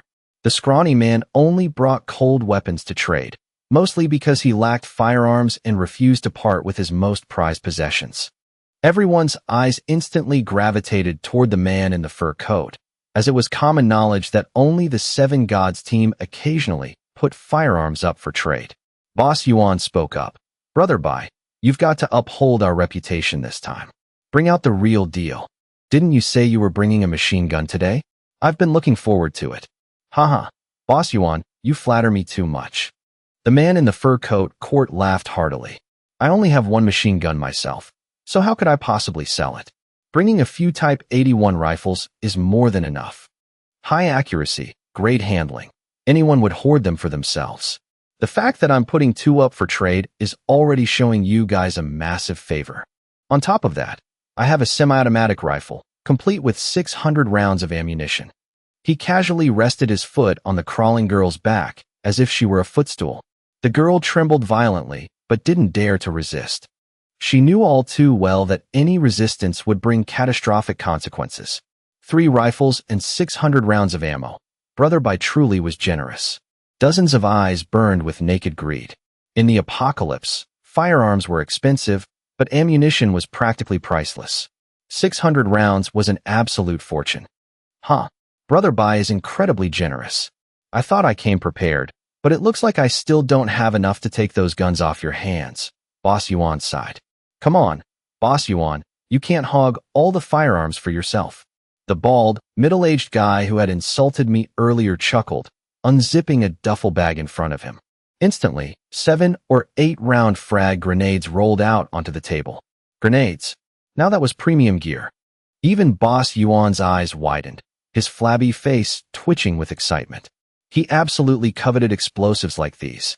In Lon County, even standard ammunition was rare, making grenades an extreme luxury. People usually only reserved them for high-threat mutant beasts. Wasting them on ordinary zombies was considered criminal. The bald man slid the grenades forward with a smug grin, his arm draped tightly around the girl beside him as he intentionally flaunted his wealth to the other bosses. TSK. Frag grenades, rifles, and even military bayonets. All premium stuff. The crowd began to murmur in excitement. In these high-level trading sessions, The primary currency was mutant beast meat exchanged for weaponry. Anything else was practically pocket change. Right as the big bosses were deep in discussion, the heavy doors swung open, and Zhang Hai and Ing walked back into the room. Zhang Hai was lugging 2 massive duffel bags, while Ing carried another. The black zippered bags looked incredibly heavy as they hauled them in. Oh, they brought it over? The bald man, who was fiddling with his grenades, glanced at the bags in Zhang Hai and Ying's hands with clear curiosity. Everyone else shifted their attention over too. They all wanted to see what the rule-breaking country bumpkin, had brought along. What's inside? Not some hometown specialties, I hope? If it's cured pork or farm eggs, bring them out so we can cook him up and have some fun together. Boss Yuan scoffed. I didn't even bother to look at him. I signaled Zhang Hai to put the bags on the table and got straight to the point. Just some spare gear we don't use anymore. We're putting them up for sale. But let's get one thing straight first. I don't trade for mutant beast meat. I only accept mutant star cores. With star cores, my MCV can use them immediately. As for mutant meat, my team simply has no room to store it. No mutant meat, only mutant star cores? Boss Yuan choked on his words. In Lan County, mutant star cores were exceptionally precious. In the satellite city, the military traded 1 star core for 5 tons of meat. In Lan County, the armed police only paid 4 tons per core. But even at 4 tons, it was still a massive fortune. For an ordinary team, just having a single star core as working capital made them incredibly wealthy. Don't let the fact that everyone brought 3 or 4 tons of meat to trade fool you into thinking they were swimming in abundance. That was all hoarded over a long period. Normally, if they had star cores, they would have exchanged them for gear long ago, since daily ammo consumption was no small expense. The fact that I demanded star cores the moment I opened my mouth meant the goods I brought had to be insanely valuable. I'd love to see what you brought that gives you the right to flex in front of me. Before Boss Yuan could even finish, Zhang Hai unzipped the first bag on my cue. The sharp clatter of metal echoed as sleek, black objects slid out of the bag. Everyone froze in instant shock. Matte gun barrels, exquisite receivers. Holy hell, these are automatic rifles. Inside the bag weren't Type 81s, but 3 Type 95 automatic rifles. Modern design, shorter and lighter than the Type 81, high accuracy, low recoil, yet lacking absolutely nothing in stopping power. 3 automatic rifles. And what's that underneath them? Boss Yuan's jaw dropped. The 3 Type 95s were already enough to daze him, yet beneath them lay 2 submachine guns and a Type 56 semi-automatic rifle. Submachine guns. Boss Yuan couldn't actually tell them apart. Just seeing a massive pile of automatic firearms was enough to make his brain short-circuit. Beside him, the bald guy and brother Bai also stared wide-eyed, their mouths hanging wide open as if they had just witnessed China beating Brazil 10-0 in the World Cup final. What kind of sorcery is this? How could anyone have this many guns? The Seven Gods team had sold a few guns before, but all of them combined couldn't even match the contents of this single bag. There were 6 firearms right here, and we weren't done yet. Zhang Hai opened the second bag, revealing a long, menacing black barrel, complete with a bipod and a drum magazine as big as a platter. A machine gun. A Type 95 light machine gun, military standard. Muzzle velocity of nearly 1,000 meters per second, an effective range of 800 meters, and terrifying destructive power. Wasting this on ordinary zombies would be criminal, but if a 4 or 5-ton mutant boar came charging at you like a tank, this baby would show its true, overwhelming dominance. Bringing down just a single mutant beast would easily recoup the investment with interest. Hey, a machine gun? You're putting a machine gun up for sale? Boss Yuan swallowed hard. Earlier, he had been bantering with Brother Bai, secretly coveting that machine gun he'd mentioned. In Lan County, machine guns were exceptionally rare, and the armed police almost never sold them. Beneath the machine gun lay 6 handguns, Type 54s and Type 64s. But compared to that dazzling Type 95 machine gun, the handguns were practically insignificant, since those could be scavenged from any old police station. Then, Zhang Hai unzipped the third bag. With a heavy rustling sound, rows of gleaming golden bullets rolled out. Magazines for the automatic rifles along with 2 heavy drum magazines as large as watermelons. And that wasn't all. There were also 7 frag grenades. The bald guy who had just been boasting about his 7 grenades almost flipped backward out of his chair. My team had 7 grenades too, casually tossed into a corner of the bag like hard-boiled eggs, clearly treated as an afterthought. This black market had only just opened, and the number of firearms traded so far could be counted on one hand. Yet here I was, bringing a literal armory like an international arms dealer. That's about it, I said slowly. Like I said, I only accept mutant star cores. The 3 bags were completely emptied onto the table, displaying a massive armory right before their eyes that left everyone drooling with envy. Even the bosses from the 4 smaller tables around the room crowded over, staring until they salivated. Only mutant star cores. At this moment, no one dared to mock me anymore. If we traded for mutant meat, it would be so much we wouldn't even know where to put it. Kid, where on earth did you get this many guns? The seductive woman's jaw dropped, looking at me in utter disbelief. As for Zhang Hua, the guy who had led me in, his face looked as if he had just swallowed a live rat. You have this many guns, yet you had the nerve to ask to buy mine? Are you out of your... He almost screamed that I was insane, but he forced the words back down right at his lips. A team capable of owning this much firepower was absolutely not weak. Zhang Hua didn't dare say another word. Speaking up now would be a literal death wish. I shot Zhang Hua a cold look and shot back. Did I ever once say I came here to buy guns? I only asked for the price. Furthermore, regardless of what I say, who the hell gave you the right to question me? The moment the words left my mouth, my aura completely overwhelmed the entire room. Zhang Hua choked on his words, quickly shrinking back and quietly retreating to a corner of the table, no longer daring to look me in the eye. By now, everyone in the room finally understood. Turns out I wasn't here to buy guns in bulk. I was here to sell them in bulk. Kid, don't you dare bluff in front of me. Fat Yuan had been drooling at first, but his logic told him that my team didn't look threatening at all. He couldn't believe that a squad with just 1 top-tier mutant and 2 half-baked powered individuals could somehow be stronger than the 7 Gods team. You really think I'm gonna believe these guns are real? I don't buy that you have this much inventory. The Type 95 automatic rifles didn't look heavy or metallic on the outside because their bodies were made of polymers, with only the internal receiver being metal. At a glance, it honestly didn't look sturdy enough, almost resembling a toy gun. But in reality, many modern firearms worldwide utilize advanced polymers to reduce weight without sacrificing an ounce of stopping power. Even rifles like the German G36 or the Austrian August have a majority of their body, including the trigger and charging handle, made of engineered polymers. You have doubts. How about I fire a test round to show you? With that, I pulled a Type 95 rifle out of the bag. It was already loaded. I flipped the safety off, racked the charging handle, and aimed the pitch-black barrel dead center at Fat Yuan's forehead. With a gun barrel pointed right at his head, an intense pressure instantly crashed down. The lackeys behind Fat Yuan couldn't sit still anymore and drew their weapons in unison. Hold it right there. Boss Bai roared. He couldn't allow his trading session to devolve into a chaotic shootout.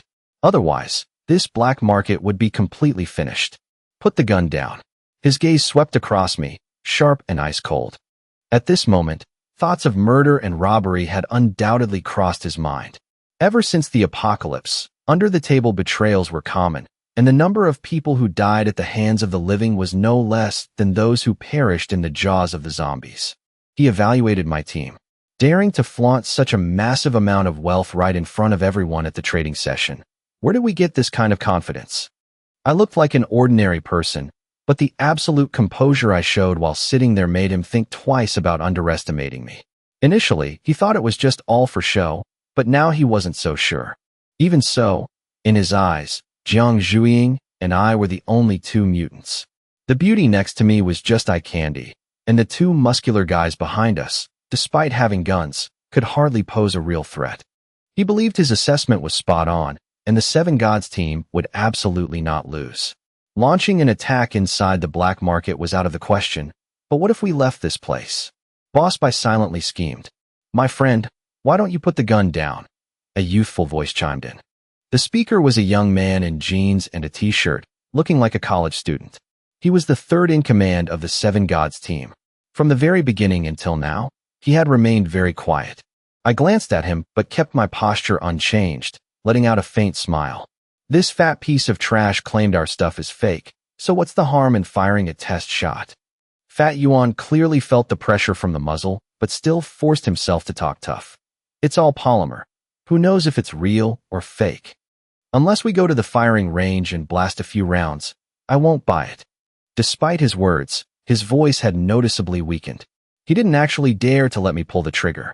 The third-in-command shot Fat Yuan a disdainful look. Before the apocalypse, he really was a college student with a calm temperament. After the apocalypse, he awakened an ability that sent his physical strength skyrocketing, and he couldn't stand this fat slob whose head was filled with nothing but grease. Just because it's made of polymer, you think it's flimsy? He asked calmly. That's engineering polymer. It has high heat resistance and immense durability, capable of replacing metal in many components. It's also very expensive. Not just the gun body, but the trigger and many other parts use this material. You can fire hundreds of thousands of rounds without it breaking. Globally, many firearms even promote this as a major selling point. Fat Yuan widened his eyes. Polymer can actually replace metal? It sounded hard to believe, but since these words came from the third-in-command of the Seven Gods team, he had no choice but to believe it. Ultimately, he just mumbled a few words and fell silent. Fat Yuan's expression was incredibly sour. Even though he was forced to admit these were real guns, he still couldn't comprehend how someone could have so many of them. It was no different from military arms trafficking. The Type 95 series included both rifles and machine guns, and their core components were interchangeable. If something broke, it could be swapped out, and they shared the same ammunition, making it a highly practical system. The third-in-command continued his assessment. Before the apocalypse, the Type 81 was a legend in the Chinese military. But the Type 95, with its numerous advantages, gradually phased it out to become the standard-issue weapon. Especially its low recoil, which makes it perfect for beginners and much easier to score hits. The more the third-in-command explained, the less effort I had to spend explaining things myself. I pushed the rifle forward, my voice decisive, cash on delivery. I only accept mutant star cores. 2 tons of mutant meat for 1 automatic rifle, with 1 complementary magazine. The machine gun is priced separately. Mutant star cores were indeed the hardest currency in the post-apocalyptic world. Compared to them, mutant meat was both bulky and a hassle to transport. However, star cores had a glaring drawback. Their value was too high and they couldn't be broken down, making small transactions extremely inconvenient. Most small teams right now were still limited to teaming up to hunt mutant beasts, scouring police stations for handguns, or hauling fuel from gas stations to sell. Wanting to earn a single complete mutant star core? Way too difficult. Take this moment, for instance. There were over 10 small teams in the room, and their leaders were all present, but most had only brought 1 or 2 tons of mutant meat. Only a few people at the center table possessed star cores, and even then, not very many. Even the seductive woman sitting next to me didn't have a single one. Since their capital was already low, hearing the price I quoted made quite a few people feel a sting in their wallets. A light machine gun alone was equivalent to 5 tons of mutant meat. Buying it was like bringing home a money-guzzling deity. It was a textbook case of burning a mountain of gold with every single gunshot. The goal for the majority of people here was simply to buy an automatic rifle. That would be enough. Hey friend, do you have a star core? I have mutant meat. Let's pool our resources to buy 2 automatic rifles, 1 for each of us. Some people started looking for ways to cooperate. 1 star core could buy 2 rifles, but even for the larger teams at the center table, it wasn't easy to swallow whole. Buying together and splitting the haul was the smartest move. Watching this play out, Fat Yuan's face flushed with heat. He actually had a complete star core, but because he had mocked and doubted me earlier, wanting to buy a gun now meant he'd have to swallow his pride and speak up. This makes him incredibly uncomfortable. In the end, he still swallowed his spit and asked, "How much for the machine gun?" He pointed straight at the Type 95 machine gun. His team had 2 Type 81s, but had never owned a machine gun. If he could buy one, hunting large mutant beasts would be significantly safer.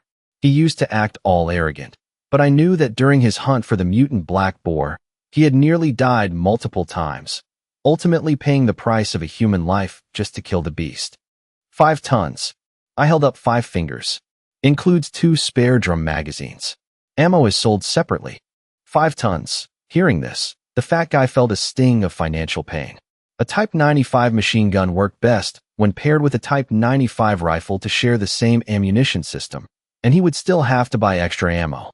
The meat and star core he brought along were barely enough to buy the bare weapon.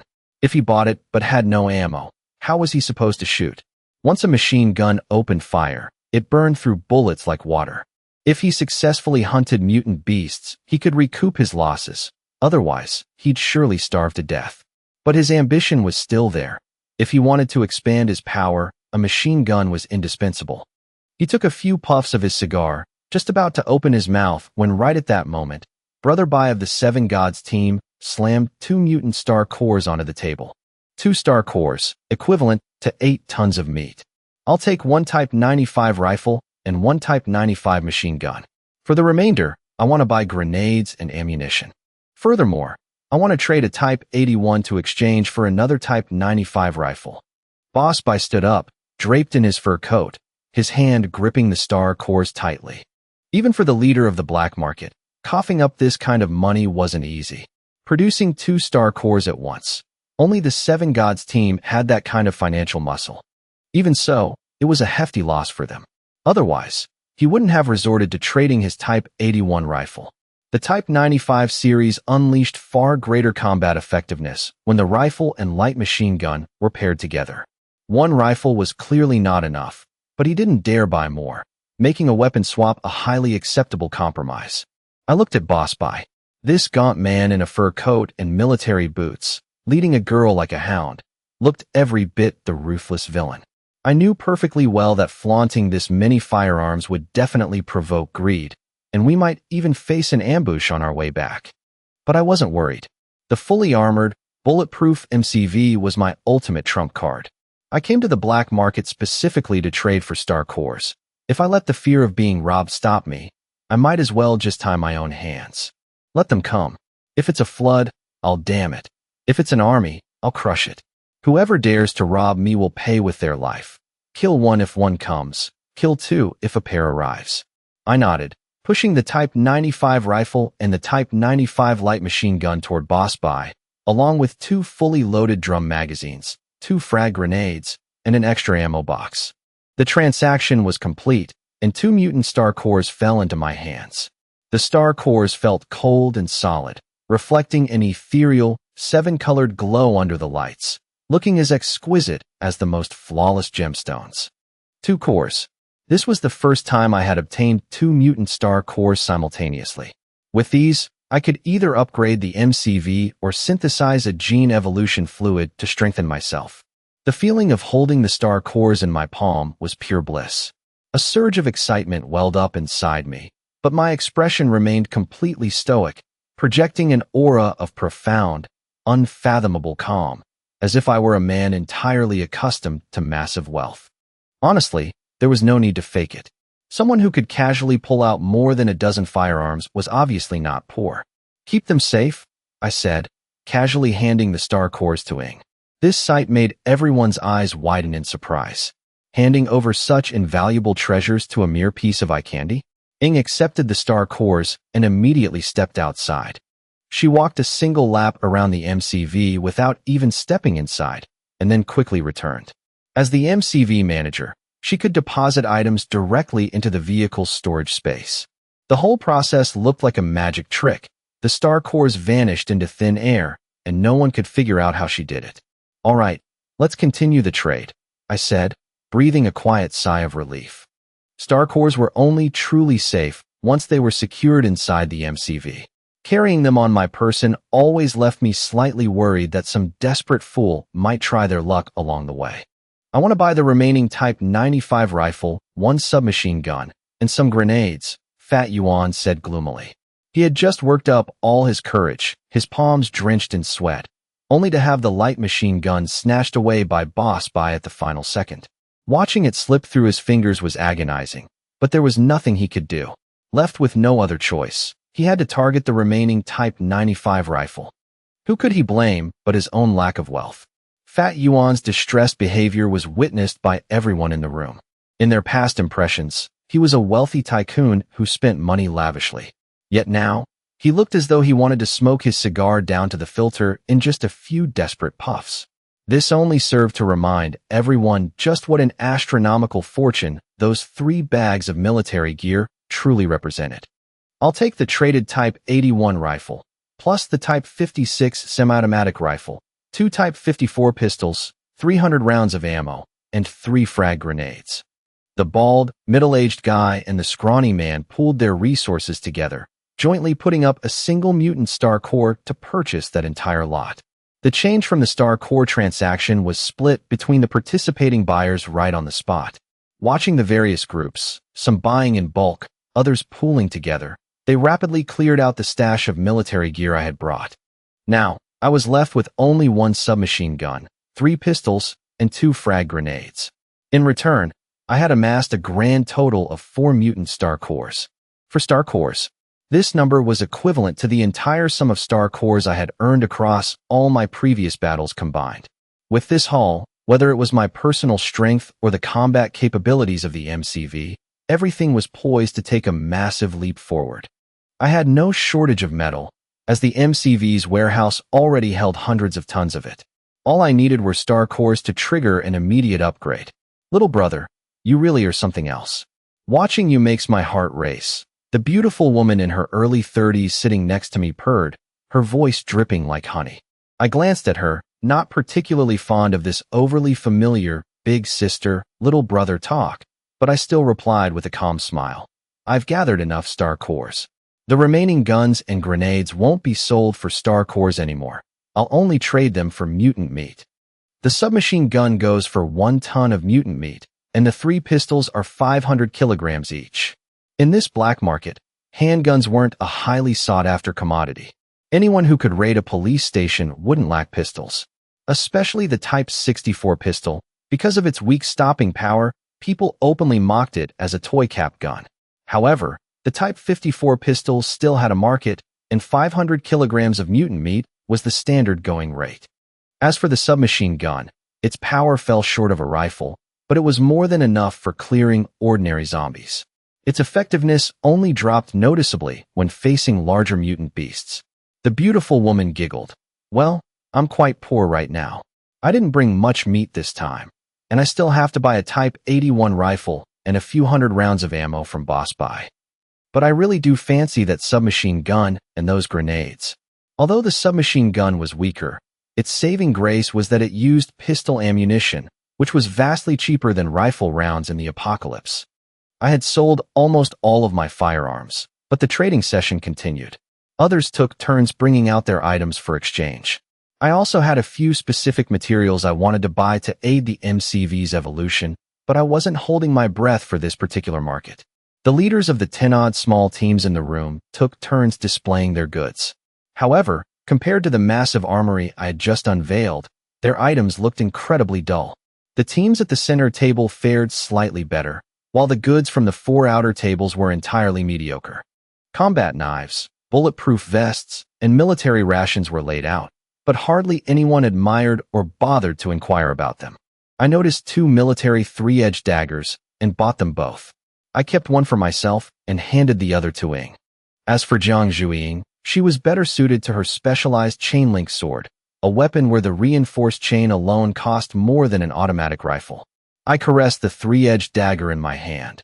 It felt heavy and solid, and its exquisite matte black coating made it impossible to look away. Stabbing someone with this weapon would leave a horrific wound that bled profusely while letting air into the chest cavity, a truly terrifying killing weapon. It was only then that I realized nearly every team in the room had displayed their goods except for the beautiful woman next to me. Noticing everyone's expectant gazes, she let out a soft laugh. I didn't originally plan on selling this item, but since I'm running a bit short on cash right now, I have no choice but to bring it out. She clapped her hands, and the doors to the trading hall swung open as 2 men wheeled in a small cart draped under a heavy cloth. Dozens of curious eyes locked onto the cart. When the cloth was pulled away, it revealed a waist-high iron cage.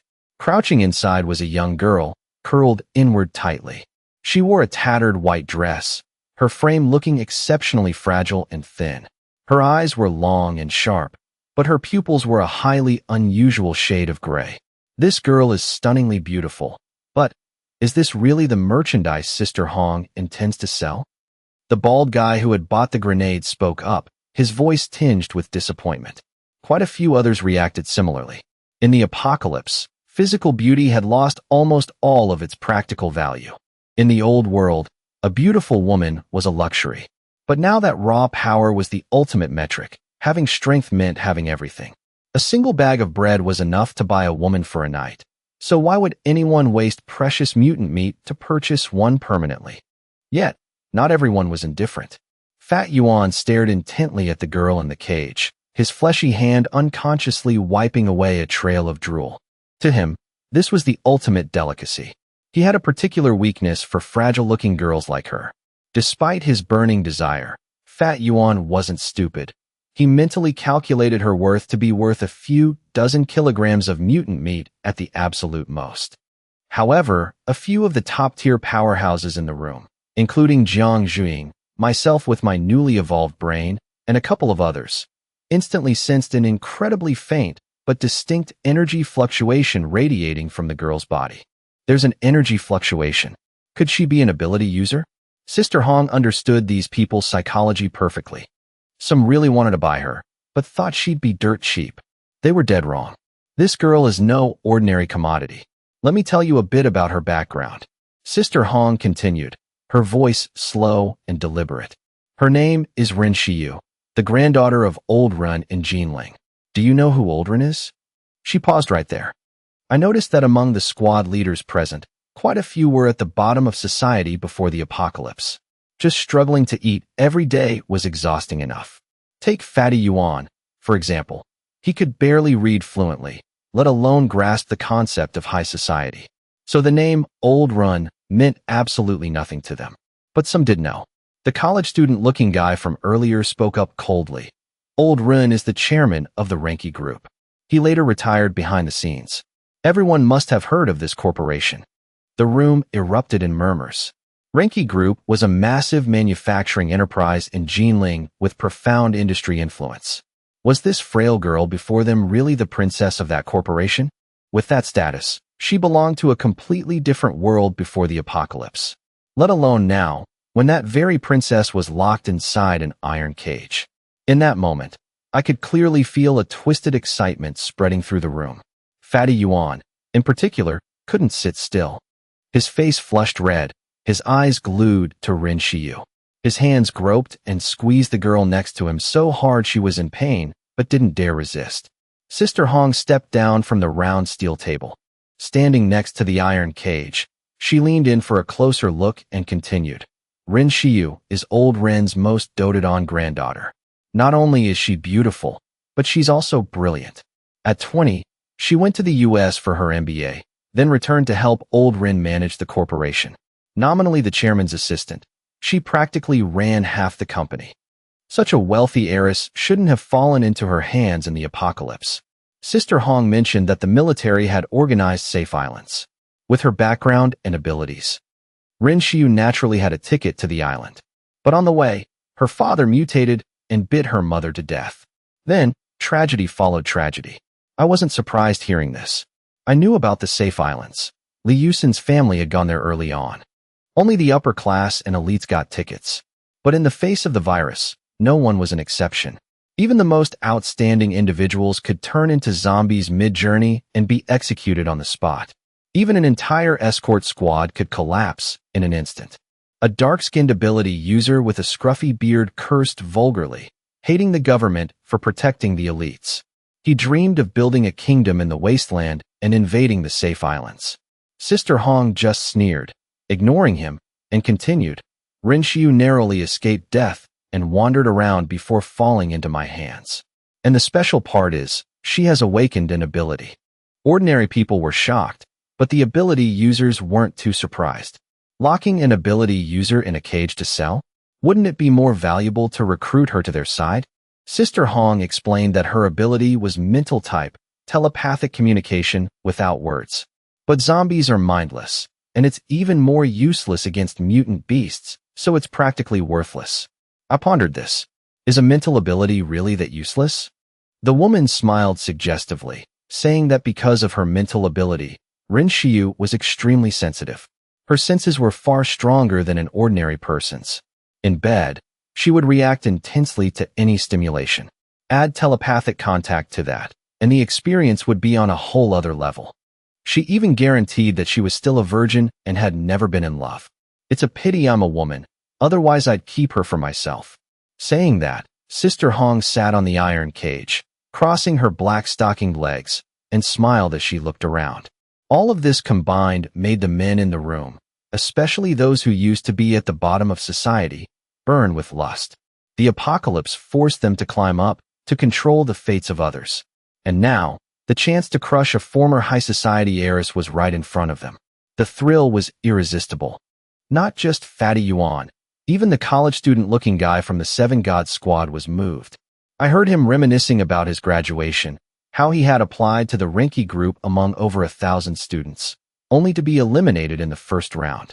He never thought he'd ever touch that world, let alone that the princess of the corporation would be in an iron cage right in front of him, her fate in his hands. In the room right now, everyone's eyes gleamed like a pack of wolves. The once flawless white swan was now at the mercy of a bunch of toads. This was the consequence of a collapsed order and shredded humanity in the apocalypse. I sighed softly. These people, indulging their base desires, would sooner or later pay the price. After the apocalypse, I had reigned in my pity. Rin Xiu was pitiful, but that was just how this world worked. There were countless girls even more pitiful than her.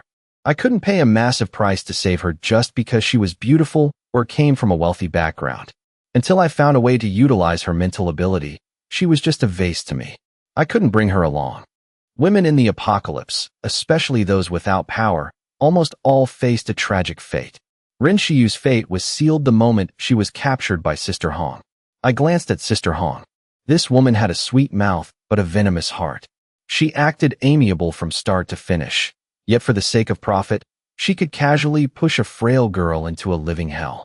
People like her were no different from the brothel madams of ancient times, gentle on the outside, while the girls under them could only suffer in agony. The scene before me was no different from bidding for a courtesan in an ancient brothel. Whoever paid the highest price would win Rin Xiu's first night. I looked over at Butcher Yuan. He was so excited he had stripped off his outer shirt, revealing his flabby, greasy body. Drool leaked from the corner of his mouth as he shouted a bid of 500 kilos of mutant meat. Jiang Zhuing frowned, turning her head away in disgust. Just one glance at Butcher Yuan was enough to make her nauseous. Thinking about Rin Xiu falling into the hands of these people, Zhuing clearly looked sympathetic. I heard her whisper that the price had already reached 500 kilos of mutant meat. In the satellite city, just 300 or 400 kilos more could be exchanged for an automatic rifle. Yet for a girl, they were willing to spend so lavishly. Previously, guns, grenades, and tri-edge bayonets all had fairly stable prices. But Rin Xiu was different. Her value lay in her former status, which was inherently hard to quantify. I suddenly thought of the rumors before the apocalypse, where some entertainment stars had clear price tags. Just one night could cost tens of millions. They might not even be that beautiful, but the thrill of conquest was what made people obsessed.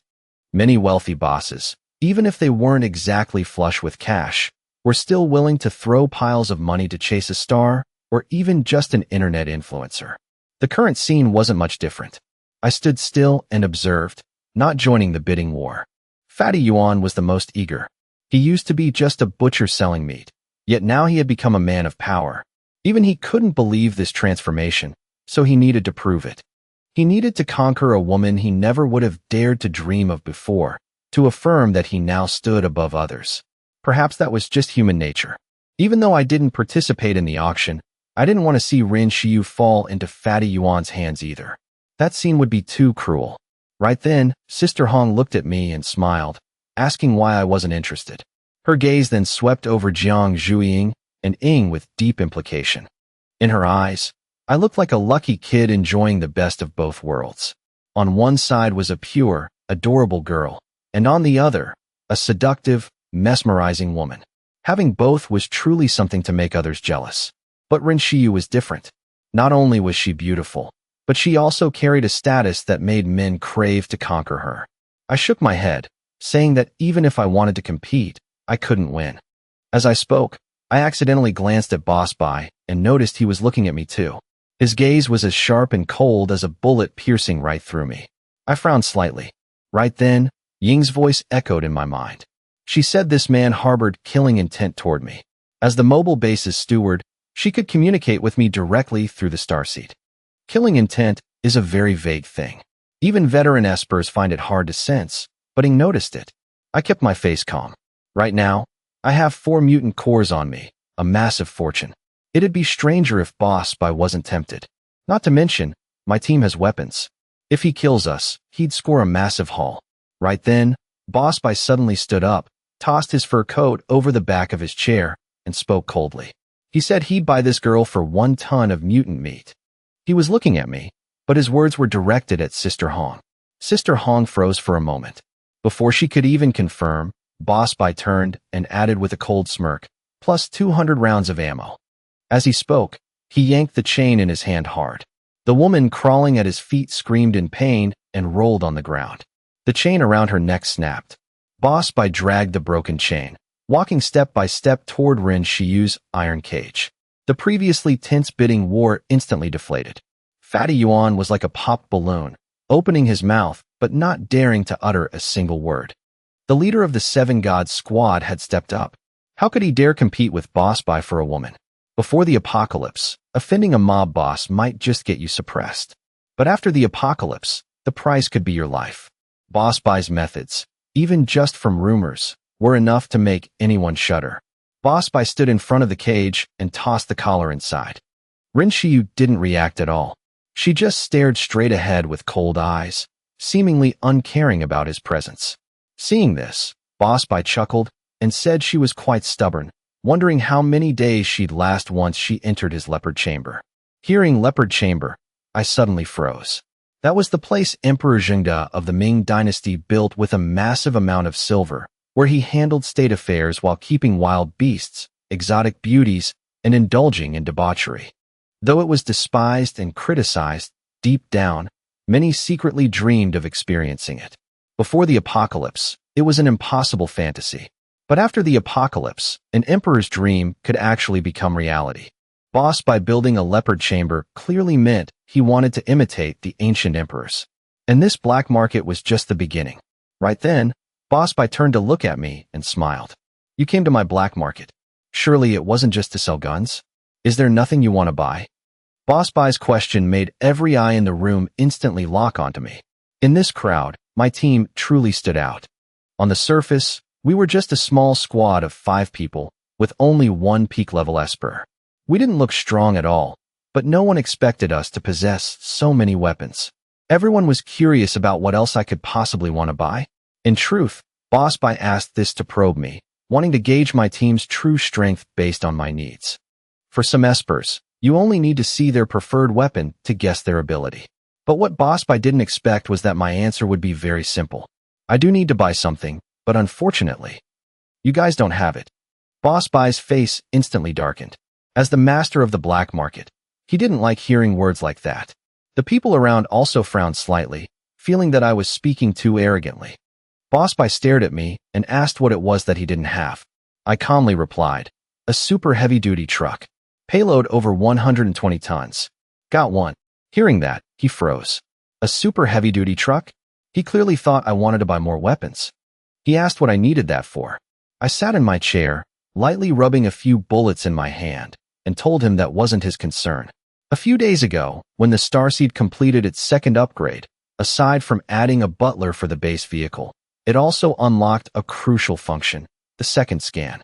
The Starseed could scan and collect all the data of another vehicle.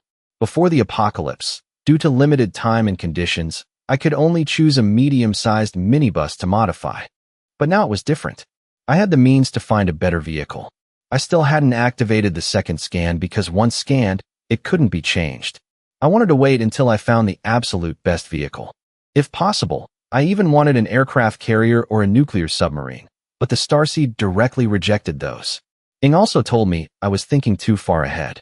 After the 2nd upgrade, The starseed could only modify conventional vehicles, not military weapons. The technology to modify those exceeded its current limits.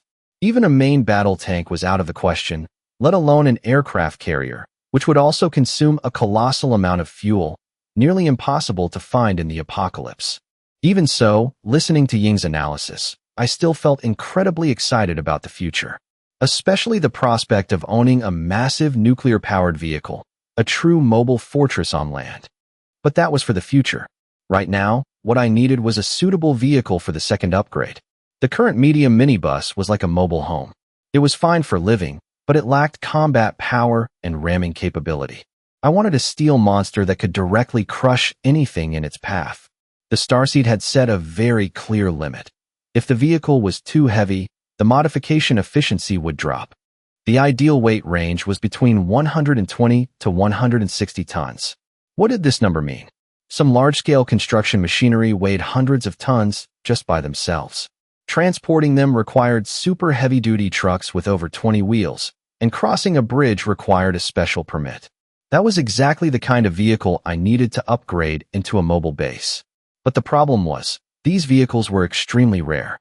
I knew very well that finding one in Boss Buy's black market was nearly impossible, but at least I could fish for clues. Hearing this, Fatty Yuan sneered, saying, "Isn't it just a truck? I've got a Dongfeng heavy truck. Fully loaded, it's as tall as a house. Just taking off one tire would be enough to crush you to death. With your scrawny build, don't even dream of lifting it." In his eyes, I looked weak, without an ounce of strength. Before I could say anything, the third brother of the Seven Gods squad shot Fatty Yuan a look of sheer disdain and spoke up. "The vehicle he needs weighs over 120 tons. A Dongfeng truck isn't even worth mentioning. Take the Dongfeng Tianlong series, for example. Even fully loaded, its total weight is only around 40 or 50 tons. That's about the biggest thing a normal person would see on the road. That number isn't even half of the starseed's minimum requirement, and that's including the cargo. Meanwhile, the starseed requires the vehicle's net weight." The entire room fell silent. No one knew if there was anything that heavy around here. At this moment, the third brother of the Seven Gods squad slowly continued, saying that the type of vehicle I wanted was something ordinary people couldn't access before the apocalypse. Only large-scale construction machinery can reach that weight, like crawler cranes, mining dump trucks, or mining excavators. But as far as I know, there are no mines around Jinling, so I'm afraid you can stop dreaming. The third brother of the Seven Gods squad was indeed knowledgeable, but this time, what he told me wasn't helpful at all. I already knew there were no mineral mines around Jinling. If there were, a little asking around would have pointed me in the right direction. I wouldn't have needed to bring it up at this trade fair. I swept my gaze across the room and asked, "So no one knows anything? If anyone has solid information, I'm willing to pay with mutant meat." But it seemed impossible. In the entire hall, very few people understood the existence of large-scale construction machinery, and those who did kept their mouths shut. In the apocalypse, information was severely blocked. Idiots like Fatty Yuan could only listen with wide eyes. His knowledge of heavy trucks stopped at container trucks. He couldn't even fathom the concept of large construction machinery. The third brother of the Seven Gods squad shook his head, saying that probably no one really knew. Such rare information was hard to come by in a short time. Moreover, even if someone wanted to make it up, they wouldn't know where to start. Because heavy construction machinery only existed in very few places. A quick investigation could easily distinguish truth from lies. I shook my head and said, "Forget it then." Honestly, I didn't have high hopes to begin with, so I didn't feel disappointed. Just as the third brother said, such information wasn't something ordinary people could access. Even now, I had never seen a mining truck with my own eyes. I had only heard of them. Those vehicles cost tens of millions of RMB, even more expensive than a Rolls-Royce Phantom. Because they were too heavy and bulky, they weren't allowed on regular streets and only operated in mines. How would an ordinary person ever get the chance to see one? Right at that moment, a soft but cold voice suddenly echoed directly in my mind. "The vehicle you're talking about. I know where it is." I was startled. Until now, only Ing could speak directly into my mind. And her voice was clear and sweet, completely different from the voice I just heard. I immediately turned my head toward the iron cage next to Sister Hong. Rin Xiu was wearing a white dress, sitting quietly with her arms wrapped around her knees. Her pale gray eyes, despite being in a desperate situation, were as calm as a lake before a storm under a gloomy sky. I tried to form a question in my mind, asking if she was the one talking to me just now. A moment later, she softly replied, "Yes," and then fell silent again. I took a deep breath and asked if the vehicle she mentioned was near Jinling. I couldn't suppress a surge of excitement. Finally, a clue. Large construction machinery was indeed inaccessible to ordinary people, but Rin Shiyu was different. She used to be the young miss of the Renki group and the chairman's assistant. The amount of information she had access to before the apocalypse was incomparable to ordinary people. Things others didn't know might just be everyday matters to her. Not to mention, I remembered the Renki group was heavily involved in the heavy machinery industry. Rin Shiyu replied that it wasn't too far, but her tone wasn't very certain. Then she asked me in return if finding that vehicle was important to me. I was a bit surprised. Before I could answer, she continued, "If it's not important, forget it. But if it's very important, I want you to promise me one condition." Her Esper ability was mental telepathy. It wasn't quite mind reading, but her ability to sense psychological states was stronger than any psychiatrist's. It was enough for her to vaguely sense that finding this vehicle was extremely important to me. I asked her straight up what the condition was. She said she wanted me to take her away from this place. To her, the black market was no different from hell. Seeing the fate of the bitch at Sister Hong's feet, she had already foreseen her own future. After witnessing her father turn into a zombie, bite her mother to death, and then get shot dead on the spot, she had completely despaired of this world. She could calmly face death, but she couldn't accept having her dignity trampled and being humiliated. Falling into the hands of these people, even suicide was a luxury. Because whether she tried to strangle herself, bite her tongue, or smash her head, it would be hard to die. Not to mention, she was heavily guarded. She couldn't even starve herself to death because they would definitely force-feed her. Before she died, she would probably be humiliated beyond recognition. I asked her back, "Aren't you afraid I'm just like them? What if, after finding the vehicle, I treat you the same way?" Rin Shiyu smiled bitterly and said, "Maybe, but your spirit tells me you're not like them. Perhaps in this world, only the soul cannot lie, no matter how ugly it usually is." She reached out a slender finger and lightly touched the cold iron bars of the cage. From a few meters away, our eyes met, as if separated by an invisible layer of space. I withdrew my gaze, closed my eyes, and sat up straight in my chair, quietly weighing the cards in my hand and the situation before me. About 10 seconds later, I opened my eyes and looked straight at Boss Bai. My gaze had changed. I suddenly spoke up, asking, "Can you sell this girl to me?" The entire room instantly froze. Boss Bai whipped his head around to look at me, his eyes like a hawk's, and growled, "What did you just say?" I calmly repeated myself, saying I wanted to buy Rin Shiyu, and told him to name a price.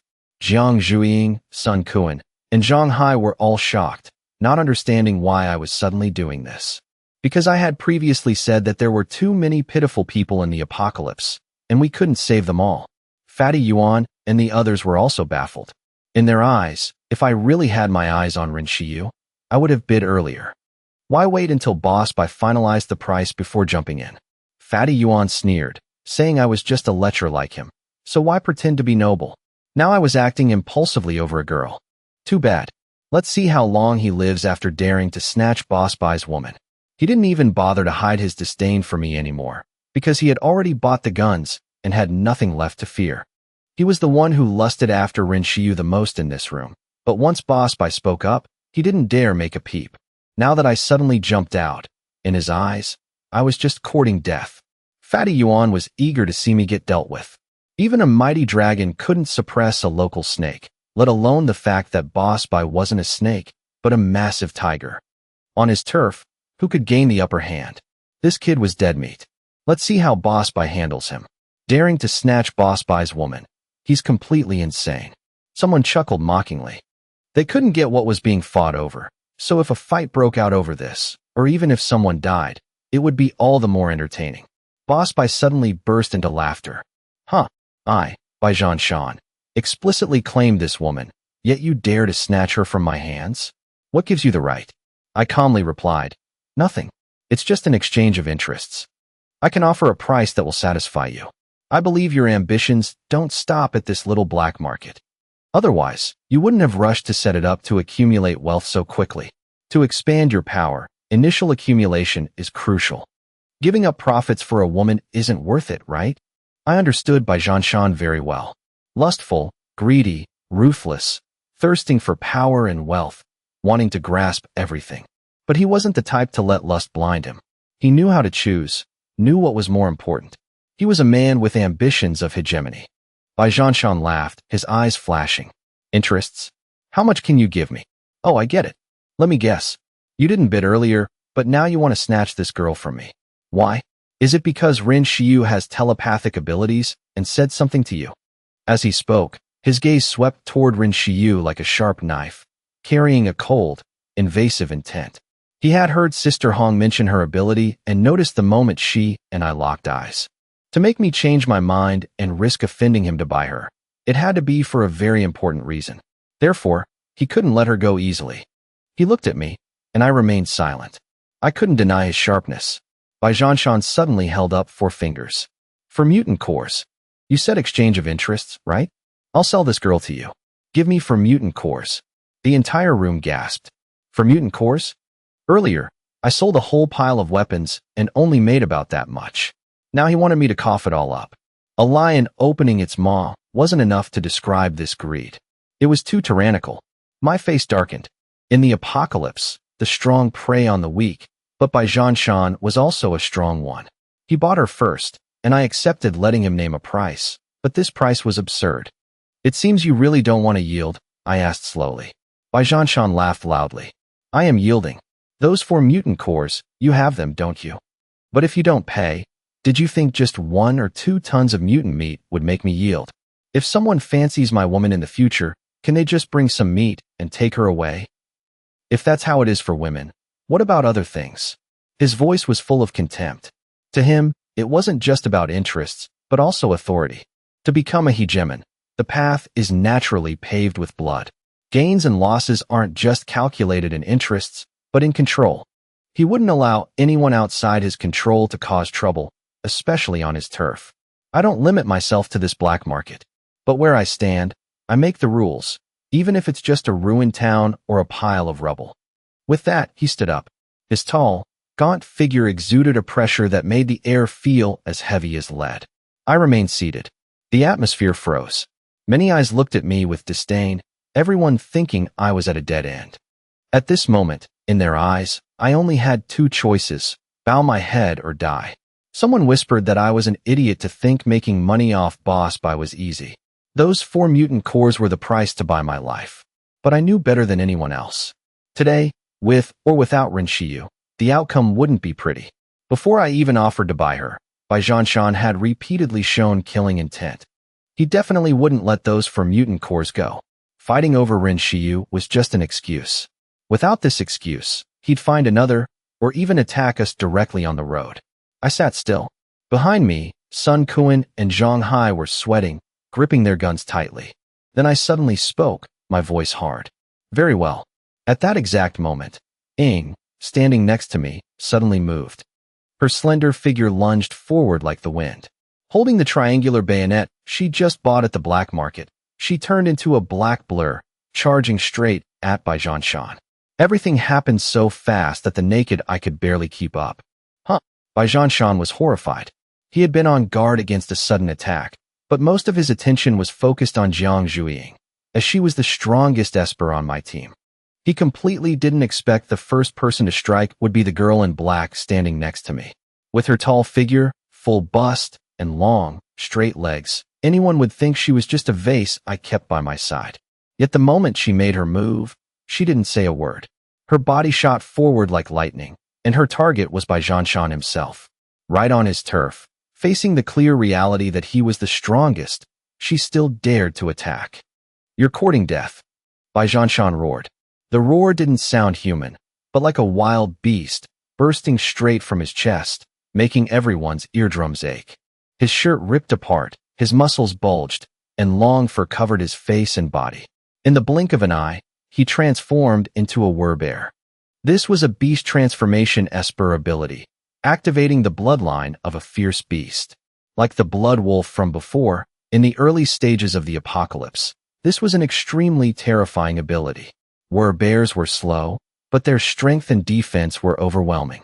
Meanwhile, Ing had already crossed the metal table that was several meters wide. The triangular bayonet in her hand was only inches away from Baijianshan. Roar! He bellowed, grabbing the steel chair behind him and smashing it toward Ing with all his might, wanting to crush her with absolute strength. With that force, a single strike was enough to turn a person into meat paste. A dagger against a steel chair. A bear against a beauty. A scene that seemed completely mismatched. But just when everyone thought Ing would meet a tragic end, the unthinkable happened. Clang! A piercing sound of collision rang out. Ying's triangular bayonet stabbed straight into the steel chair, piercing through the thin steel layer. The whole room went dead silent. Piercing steel with a handheld knife? How much strength did that require?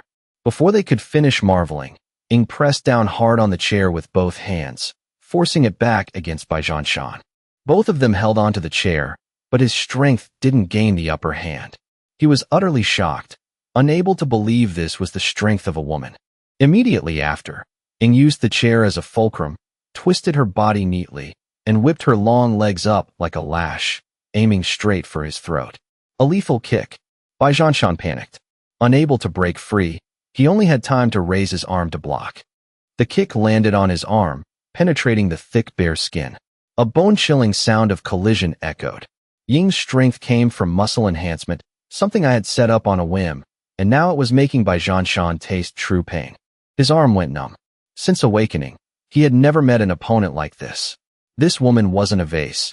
She was a humanoid monster. What are you standing there for? Baijianshan roared. There were about 10 guards from the 7 Gods squad in the room, maintaining order. They weren't espers, but they were all burly. Most held handguns, and 2 held assault rifles. Just a moment ago, they were stunned seeing Boss Bai overpowered. Now, hearing his shout, they snapped out of it and aimed at Ing.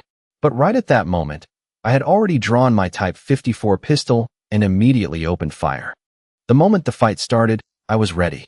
Holding a gun in each hand, I sniped from 2 different directions simultaneously. Bang! Bang! Rapid gunshots rang out. In my eyes, everything seemed to slow down. My hands constantly switched targets with the smallest movements. 2 hands shooting in 2 directions, every shot hitting its mark. This was a skill even elite snipers would find hard to pull off. Puff! Puff! Puff! Blood splattered. I aimed straight for the vitals, either the heart or a headshot. At this moment, I was like a cold-blooded assassin. If I didn't kill, I'd be killed. In the blink of an eye, 6 gunmen dropped dead. The whole room was terrified. Sister Hong turned pale, completely not expecting this mild-mannered guy to be so terrifying. Amidst the chaos, with enemies holding guns everywhere, I still shot with deadly accuracy, taking down more than half of them in an instant. Not just Sister Hong. Many people from other squads had ducked under the tables. Kue Banzi, who was so arrogant earlier, was now curled up in a ball. He wasn't weak himself, but facing monsters like me and Ing, he didn't dare get involved. Getting involved meant death. After I took down 6 gunmen, there were still 6 others who managed to raise their guns. But right then, blue-white electricity flashed. 3 gunmen were engulfed by the electric current. They only had time to scream before convulsing violently. One was nearly roasted alive on the spot. How could their shooting speed match the speed of electricity? Jiang Zhuing swung her katana, the chain in her hand lashing out. Wherever it passed, electricity erupted. The remaining 3 gunmen finally opened fire, but Ing had already leaped behind a large steel table. The table, weighing 600 or 700 kilos, was kicked up by her. Then she delivered a roundhouse kick, sending it spinning like a toy straight at them. Bam! Bam! Bam! The steel table smashed into them, shattering bones and spraying blood on the spot. Someone screamed in despair, unable to believe the sheer power before their eyes. Others immediately dropped to the floor, covering their heads with both hands, signaling for mercy and saying they had nothing to do with this. Bang! Bang! Bang! Bang! Sun Kuan and Zhang Hai also opened fire. The 2 of them were the weakest in the group, their reaction slower, and the situation was too chaotic. So even though they fired, They only managed to take down one gunman in the end. But the sound of automatic gunfire was still enough to create immense pressure. Many people immediately dropped to the ground, holding their heads to dodge the hail of bullets. Right at that moment, boom. The brick wall at the back of the trading hall was smashed open by Bai Zhanshan. He broke through the wall and fled. Bai Zhanshan ran away. The man who was so majestic and imposing just a moment ago, thinking victory was in his grasp, chose to flee when he couldn't suppress the girl in black. The tide turned so fast that even the mountain tiger on his own turf was beaten back. "Let's go," I immediately ordered. On the surface, it looked like we had won, but in reality, we hadn't. This was Bai Zhanshan's territory. The people we killed were just ordinary guards. His true strength hadn't been fully revealed yet. Moreover, only 2 espers from the 7 God squad had appeared at this trade fair. Once his entire force arrived, with overwhelming numbers and guns, even if we had 3 heads and 6 arms, it would be hard to escape the hail of bullets. Ing didn't say a word. Her body moved like teleportation, appearing right in front of Rin Xiyu. Sister Hong, standing next to the iron cage, was pale with fear. She stammered, "The keys." But before she could hand them over, Ing grabbed the iron cage. Rip! The thumb-thick iron bars were torn apart like paper, leaving everyone's jaws dropping. A girl with such a soft figure could actually wrestle down a were-bear, kick away a steel table, and then tear open an iron cage with her bare hands. Even Rin Xiyu widened her eyes, looking at Ing like she was a god of war. Thanks to her mental perception, Rin Xiyu had witnessed the entire battle. From Ying's strength and speed, to my terrifying marksmanship, to the explosive electricity from Jiang Zhuing, everything left her utterly shocked. She had thought asking me to take her away was just a final, desperate gamble. She even regretted it when she saw me cornered by Bai Zhanshan. But the outcome was completely different. In just a few short seconds, the 3 of them had subdued the entire room. This power was truly terrifying. "Get in the car. Leave the SUV and the refrigerated truck for now," I ordered sharply. The base vehicle was parked right outside. Ing picked Rin Xiyu up, as light as holding a doll. The whole group rushed straight to the vehicle. Sun Kuan and Zhang Hai's faces were flushed with shame. They had barely contributed anything in that fight, but I didn't blame them. The power gap was too huge. In such chaos, just hitting a target was hard enough. Ing carried Rin Xiyu and sprinted toward the base vehicle. At that moment, the door wasn't even open yet. As the distance closed in, Rin Xiyu reflexively shut her eyes, thinking she was about to smash her head into the door. But at the very last second, the door automatically slid open. Ing brought her inside and set her down on the small sofa. The toss made her dizzy, but when she opened her eyes, what greeted her sight was a fully equipped mobile home. A bedroom, a bathroom, a kitchenette, everything was neat and tidy. After months of hunger, filth, fear, and despair, this sight made her feel like she was dreaming. Ing sat in the driver's seat and started the engine. She was the one driving the base vehicle. In a situation where we were about to be hunted down, that required extremely high skills. Jiang Zhuing, myself, Sun Kuan, and Zhang Hai also boarded the vehicle one by one. Because the roads in the black market were narrow, only the base vehicle and the SUV could get in. The refrigerated truck was still outside. Sun Kuan and Zhang Hai felt a pang of regret. There was a ton of supplies and tons of mutant meat on it, and it was a truck they had put a lot of effort into modifying. "Are we really abandoning the refrigerated truck?" they asked. I sneered, a dangerous glint in my eyes. Why should we abandon it? Since they dared to attack, they must pay the price. As the butler of the base vehicle, her driving skills were unquestionable. Now that the base vehicle had evolved to its second stage and could drive itself, in autonomous mode, it operated like a precision machine. It dodged obstacles perfectly but lacked flexibility. Its adaptability and reasoning were still rigid. When directly controlled by Ing, those flaws were instantly compensated for.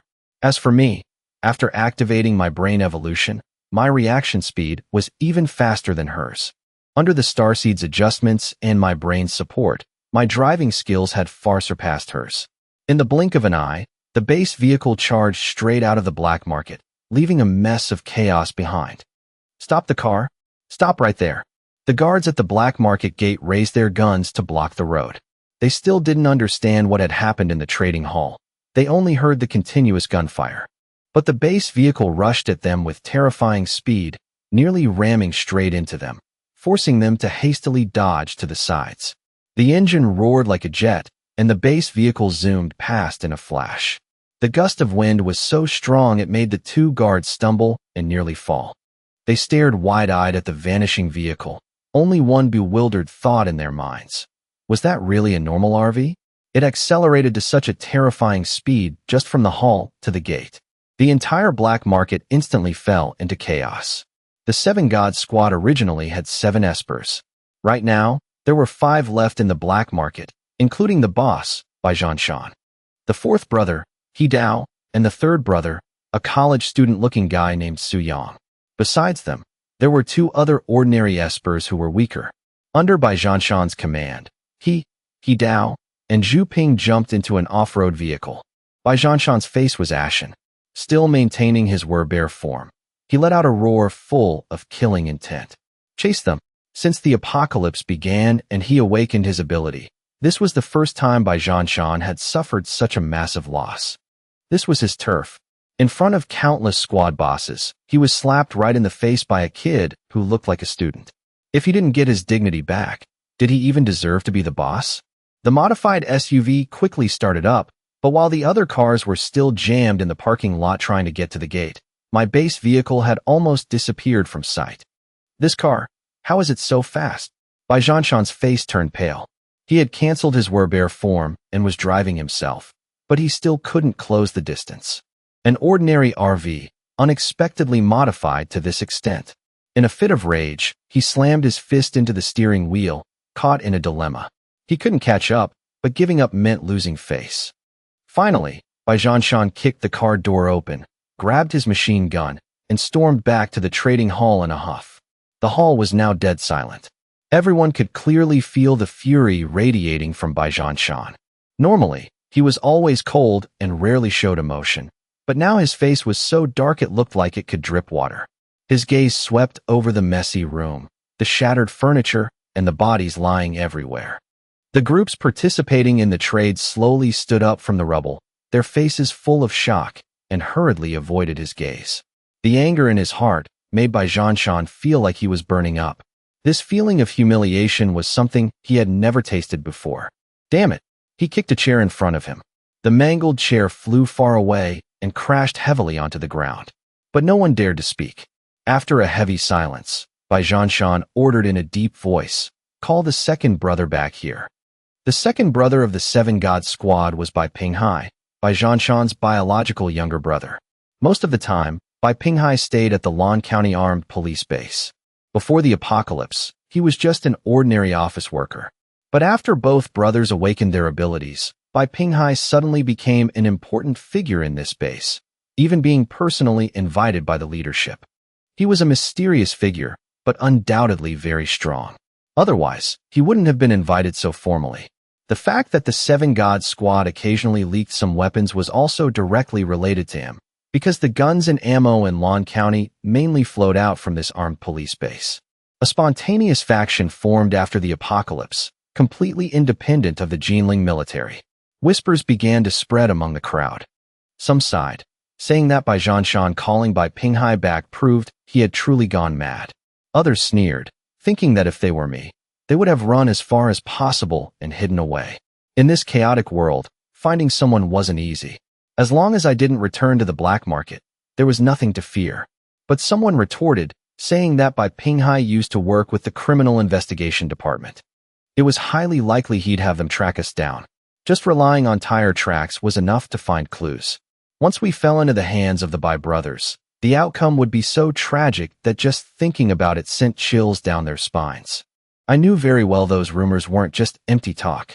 Previously, someone had offended Bai Zhanshan, and after enduring all sorts of torture, they were hung alive at the black market gate for everyone to see. The person was stripped of all their skin and flesh, leaving only tiny blood vessels like spider webs. Their organs were exposed, and their heart was still beating right before everyone's eyes. The methods were so cruel and meticulous that even cold-blooded murderers got goosebumps. Rumor had it that Bai Pinghai was the one who did it all. While the black market was engulfed in fury and gossip, I was sitting in the passenger seat, letting Aang continue driving. I wasn't idle. I immediately opened the Starseed's evolution interface. A prompt appeared before my eyes. Detected 4 level 1 mutant cores. Can be used to initiate base vehicle evolution. Finally, the second evolution process officially began. I couldn't suppress the excitement in my heart. To achieve this evolution, I had gone through so many hardships.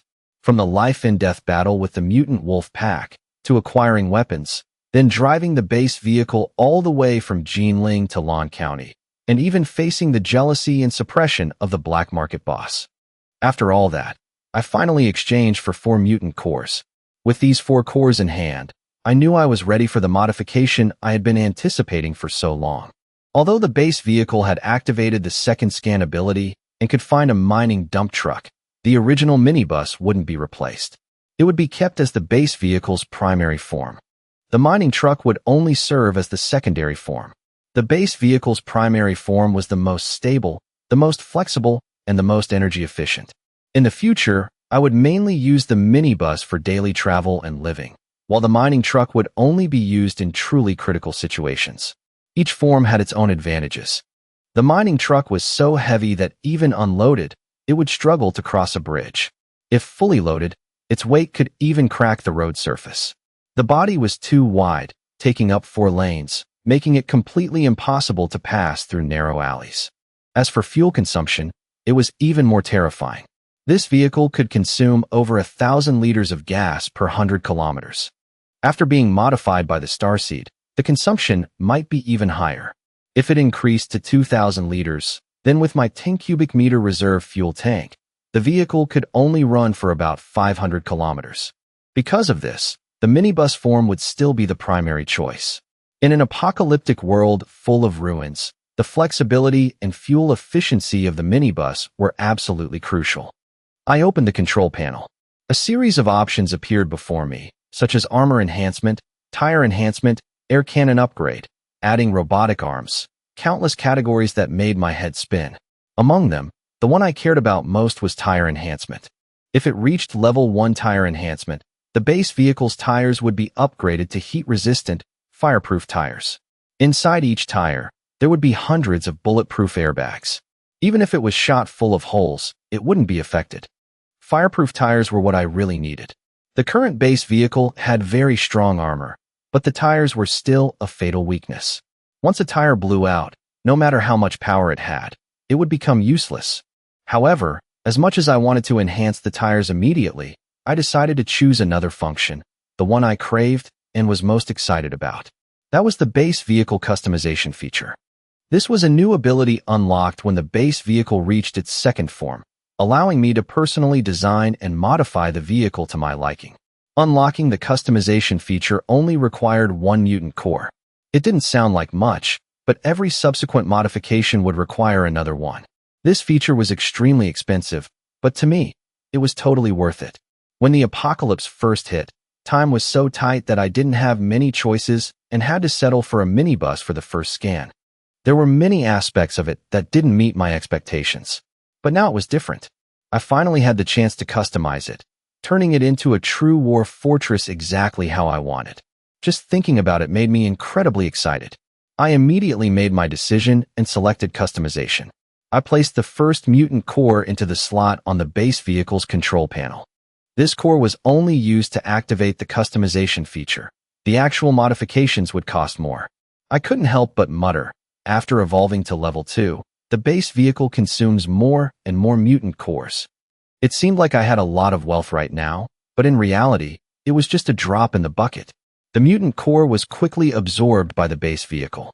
Right after, a notification sounded in my head. Automatic modification feature is about to activate. Activation time is 1 hour and will not affect the use of the base vehicle.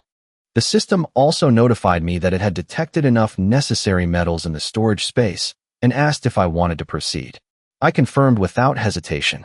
Having a 10 cubic meter storage space was just too convenient. Over 100 tons of various metals were already stored, so there was absolutely no need to gather more. The modification process officially began. The Starseed announced, base vehicle entering modification state. The exterior of the vehicle didn't change at all, but only Ing and I knew that massive transformations were happening inside. While waiting, I didn't sit idle but started reviewing the modification cost list provided by the starseed. Even though I was mentally prepared, seeing the price list still made me sigh. Before the apocalypse, modifying cars was already a luxury hobby for the rich. Who would have thought that after the apocalypse, modifying my own base vehicle would be just as exorbitant? This was a long-term process, and the number of mutant cores required was truly staggering. The base vehicle absorbing mutant cores was essentially absorbing energy, and the energy consumption was determined by two factors. First was the extent of the modification. During modification, the starseed would use a special alloy it synthesized itself, which had a higher durability than the base vehicle's current armor. Just synthesizing 500 kilograms of alloy required one mutant core. Second was the intensity of the modification. The alloys synthesized by the starseed also had different levels. A level 1 mutant core could only create level 1 alloy. If I got level 2 mutant cores in the future, the level 2 alloy would be vastly superior in every aspect. Of course, if I actually got a level 2 mutant core, I wouldn't bear to use it just to make alloy. That would be too much of a waste. Level 2 cores could be used in many other areas, such as in the biological laboratory, where countless genetic evolution fluids required this type of core. Just thinking about it made me drool. I continued looking at the cost list and couldn't help but shake my head. If I wanted to expand the interior space of the base vehicle using this special alloy, every 5 square meters of expansion would cost 1 mutant core. Right now, no matter how cramped the interior was, I couldn't bear to use cores to expand it.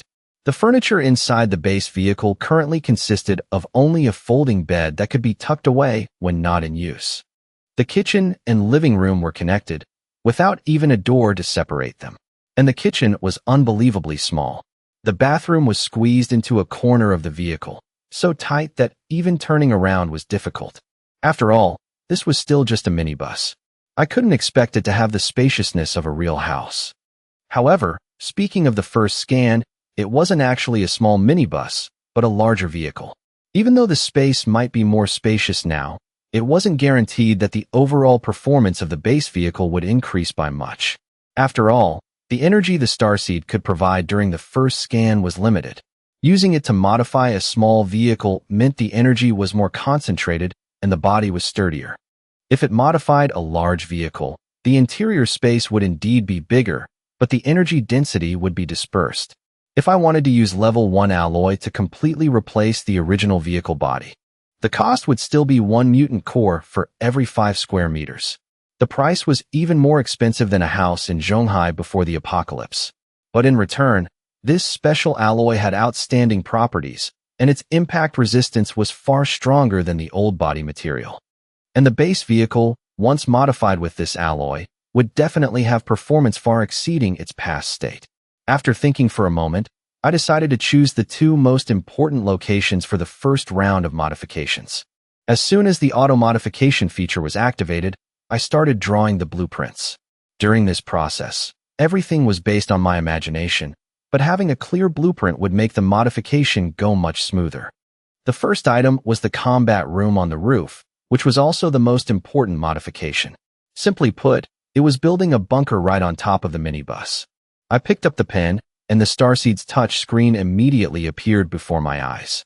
I only needed to draw the main framework, and the system would automatically fill in the rest of the details. I drew a few quick strokes.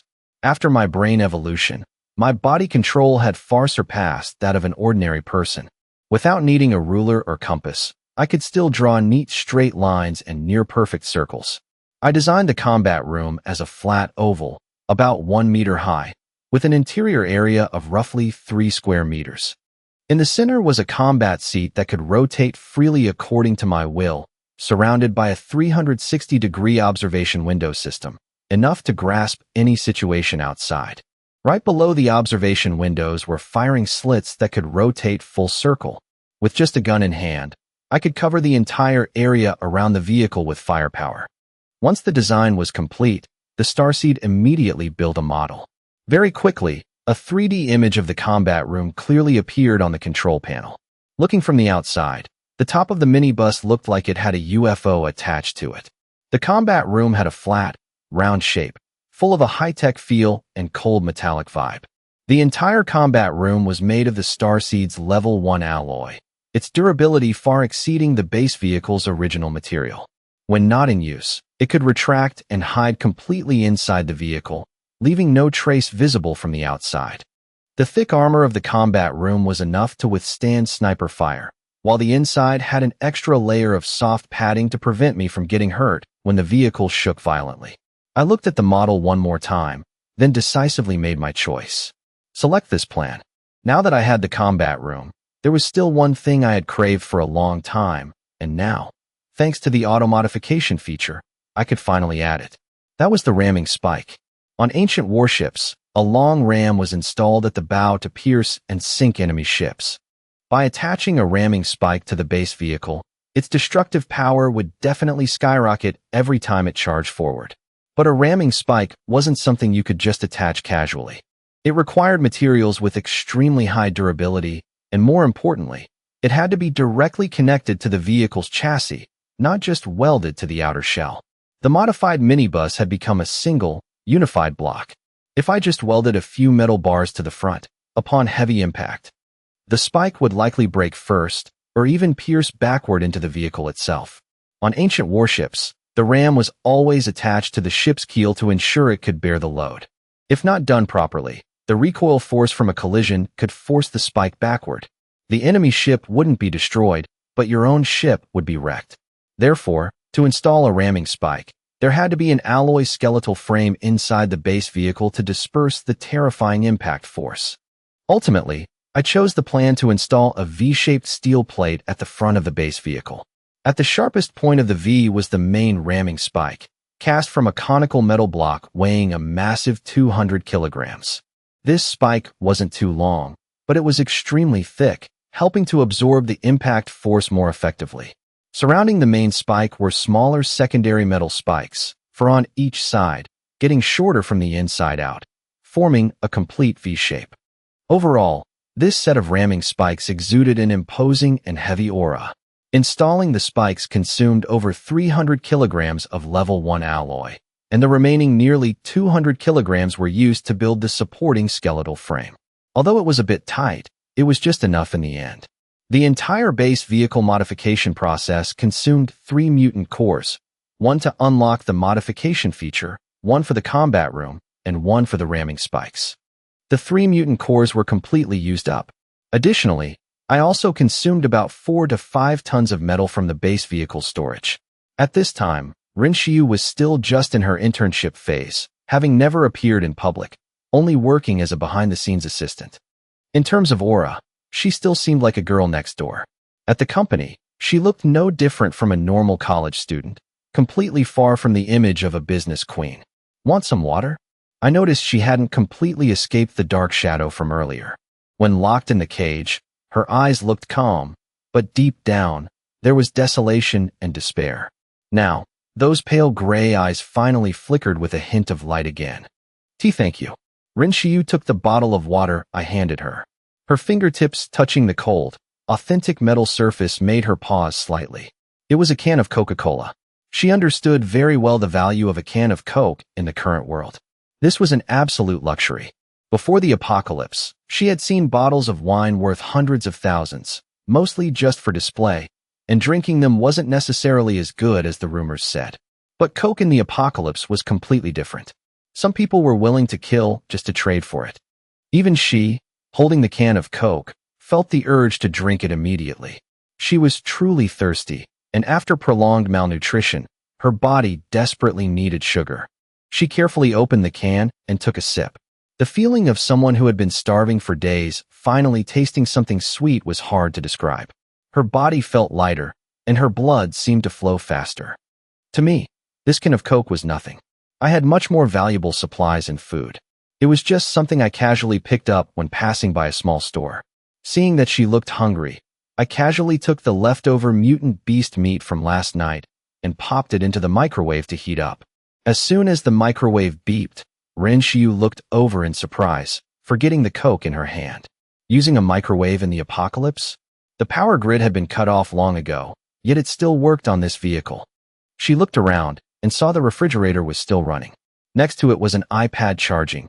The screen paused on an anime episode. This modern motorhome with its soft sofa and the can of Coke in her hand made her feel as if the apocalypse had never happened. Ding! The microwave signaled it was done, interrupting her thoughts. I took out the plate of golden roasted meat, glistening with juices, and placed it in front of her. This is leftover mutant beast meat from last night. It's very fresh. Even though it was left overnight, heating it up makes it just as fragrant and crispy as if it were freshly roasted. Eat up. I sat down opposite her, resting my arms casually on the sofa, looking quite relaxed. Is this mutant beast meat? She asked softly. She had never eaten it, but just smelling it, she could tell the difference from normal meat. I nodded. Mutant beast meat was the main energy source for espers, and the consumption was massive. Some people ate several pounds per meal, and during combat, they had to replenish constantly. Many survivor squads had mutant beast meat, but they themselves lived in hardship.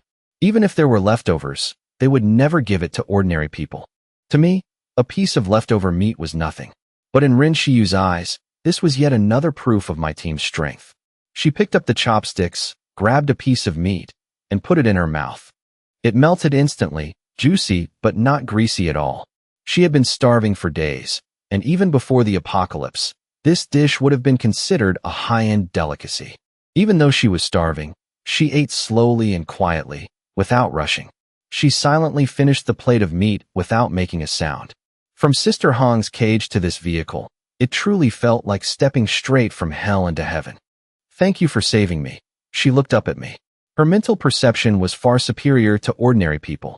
Just by looking straight into someone's eyes, she could sense many things. She looked at me, but it felt like looking into a deep lake, calm and unfathomable. She could sense a purity, but couldn't see through anything more. No need to thank me, Miss Rin. Consider it mutual help. If possible, tell me about that mining dump truck, I asked directly, believing she wouldn't lie to me. In the apocalypse, the weak deceiving the strong was a very foolish thing to do. Her pale gray eyes gleamed as she began to explain. Her Renki Group was originally a machinery manufacturing company. Among their 12 major projects, one was a mining project. The group was responsible for producing and assembling the gear drill components. Once completed, they would be transported by water via the Yangtze River to the mining company.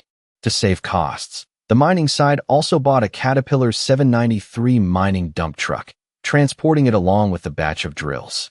If calculated based on when the apocalypse began, this cargo ship was anchored at Jinling port to deliver the goods to the Renki Group. But after the apocalypse broke out, no one could be sure if the crew was still alive. If the ship was still operational, it might have already left Jinling. That was why she couldn't give a definite answer earlier. I see. It doesn't seem like a big problem, I nodded. After the virus outbreak, 70 to 80% of the population had turned into zombies or died from zombie attacks. Very few survivors remained. A cargo ship was a closed environment, and civilian ships had no weapons. When most of the crew turned into zombies, it would be very hard for the rest to survive. Therefore, even though she said she wasn't sure, I still thought the risk wasn't high. I was about to say more when I heard him speak up. Brother Jiang, there are zombies ahead. I narrowed my eyes and saw a few dozen of them blocking the road. If it were a normal car, no one would dare ram straight into them. But I didn't hesitate. Run them over. Ing slammed on the gas. The base vehicle roared, speeding straight toward the zombie horde. In the car, Jiang Zhuiying, Zhang Hai, and the others were already too used to ramming straight into zombies. But to Rin Shiyu, it was different. She had absolutely never experienced this feeling. When she saw the scene ahead, her face turned slightly pale. She understood very well how terrifying zombies were. Previously, when fleeing to the safe island with her father, it was her own father and many soldiers in the squad who had turned into zombies one after another and started a frenzied massacre. When she drove away to escape, there were still a few military vehicles escorting her from behind. But encountering a zombie horde on the road, she witnessed those military vehicles crash into them and never come back out. The minibus was running at extreme speed. While Rin Shiyu was still lost in her memories, the vehicle directly smashed into the zombie horde. Heavy collision sounds rang out continuously. The vehicle shook violently. Zombies were sent flying in all directions, flesh and blood splattering everywhere. She watched wide-eyed as a zombie was knocked away right past the window next to her, its fresh blood smearing a dark red streak across the glass. Damn it, gotta wash the car again. Zhang Hai could still joke while looking at that scene. The apocalypse dragging on until now had worn away their emotions. If it were before, just seeing blood and flesh splattering like this would have made a normal person vomit until they collapsed. All right, stop once we're past this horde. I stood up from the sofa and casually picked up the Type 95 automatic rifle. We're not keeping going. Zhang Hai was surprised. He thought we were heading straight to Jinling Port to find the mining truck. Yeah, this is far enough. They won't catch up, I replied. We still have to go back. Going too far is pointless. Go back. Zhang Hai and Sun Kuen's eyes widened at the same time. An almost insane thought instantly popped into their heads. Right now, we only had 5 people capable of fighting. Rin Xiyu didn't count. Yet we were turning back to face the black market, where there were dozens of people, not to mention the 7 espers of the 7 God Squad. In their eyes, this decision was simply too reckless. Brother Jiang, what if the other squads are forced to join forces with the 7 God Squad? Zhang Hai asked in a low voice. He guessed I was targeting the 7 God Squad, but with Bai Zhanshan's personality, it was highly likely he'd use his power to force the other squads to attack together. If so, the total number of espers could exceed 10. I just nodded, my voice still calm. If they join forces, they join forces. Whoever stands in our way, we kill. The words were spoken very lightly, but they carried a weight that shook the air. Within them was the absolute confidence of the strong. If these words came from the mouth of a weakling, people would only find it laughable. But when I said it, it made others believe. In chaotic times, being led by a strong person would boost the spirit and combat power of the whole team, leaving no room for fear. Zhang Hai and Sun Kuen replied in unison, their blood boiling even knowing how strong the enemy was. Jiang Zhuing just smiled without saying a word, hugging her katana and slowly wiping the blade with an oiled cloth. As long as it was her brother's word, even if there was a mountain of blades or a sea of fire ahead, she would step forward. As for Ying, it went without saying. She was like the starseed. My will was her will, with absolutely no wavering. Seeing the whole group rally around me, forming a united and highly combat-ready team, Rin Xiyu pursed her lips. She used to manage a business, so she understood how difficult it was to be a leader. To this team, I wasn't just the combat core, but also the spiritual pillar. No one gets off the car. Rest here and recover your stamina. I ordered, then sat down in the passenger seat and closed my eyes to rest. Jiang Zhuiying's reaction left Rin Xiyu even more speechless. She picked up the charging iPad, hit play, and continued watching the anime that was paused halfway, as if the upcoming event wasn't a life-and-death battle. This little sister's heart was truly unbelievably big. Zhang Hai and Sun Kuen were more serious. They cleaned their guns, fully loaded their ammo, and then took the leftover mutant beast meat from last night to heat up in the microwave. In Jiang Zhuiying's base, there were many ordinary people. The mutant beast meat was processed into jerky, smoked meat, and sausages. Combined with dried vegetables and fruits in the fridge, that was already a luxurious feast in the apocalypse. Espers had to constantly replenish with mutant beast meat during combat. If they consumed too much energy, they would fall into a state similar to hypoglycemia and be unable to exert their power. For Zhang Hai and Sun Kuen, eating 4 to 5 pounds normally was enough. But during combat, even over 10 pounds might not make them full. After eating and drinking, everyone just waited for the next battle. Brother Jiang, what are we still waiting for? Sun Kuen asked while stuffing a grenade into his side pouch. Let the food digest first. No rush. I replied, looking up at the roof of the base vehicle. Up there, the combat room designed specifically for me was being built, and the progress had reached 65%. Everything was happening inside. From the outside, no changes could be seen, including the ramming spikes. Honestly, even if a little bit was exposed, it wouldn't matter. I had already said my Esper ability was mechanical modification. In this apocalypse, nothing was impossible anymore. I had used 3 of the 4 mutant cores. The remaining one was kept to perform the second scan on the mining dump truck. That scan required 1 mutant core, and if there were a 3rd or 4th time in the future, it would require higher-level cores. If I wanted to turn the two base vehicles into super mobile fortresses on land and water, I knew very well I would step onto a path of no return, hunting for mutant cores endlessly. 10 more minutes until we move out, I said softly. While my base vehicle was completing its modifications, a massive convoy of police cars appeared at the black market gate. Seeing the vehicles bearing the words Public Security and Armed Police, everyone understood that the second brother of the Seven Gods Squad, by Pinghai, had officially returned.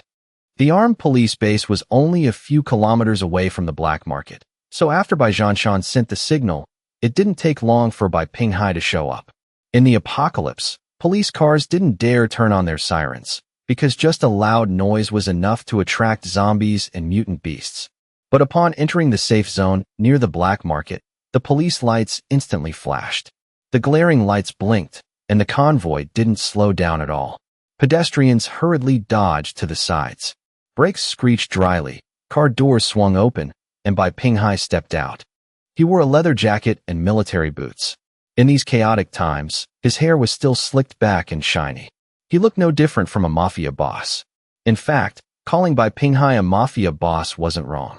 By now, the armed police force in Lan County had long since gone rogue, becoming nothing more than an armed gang.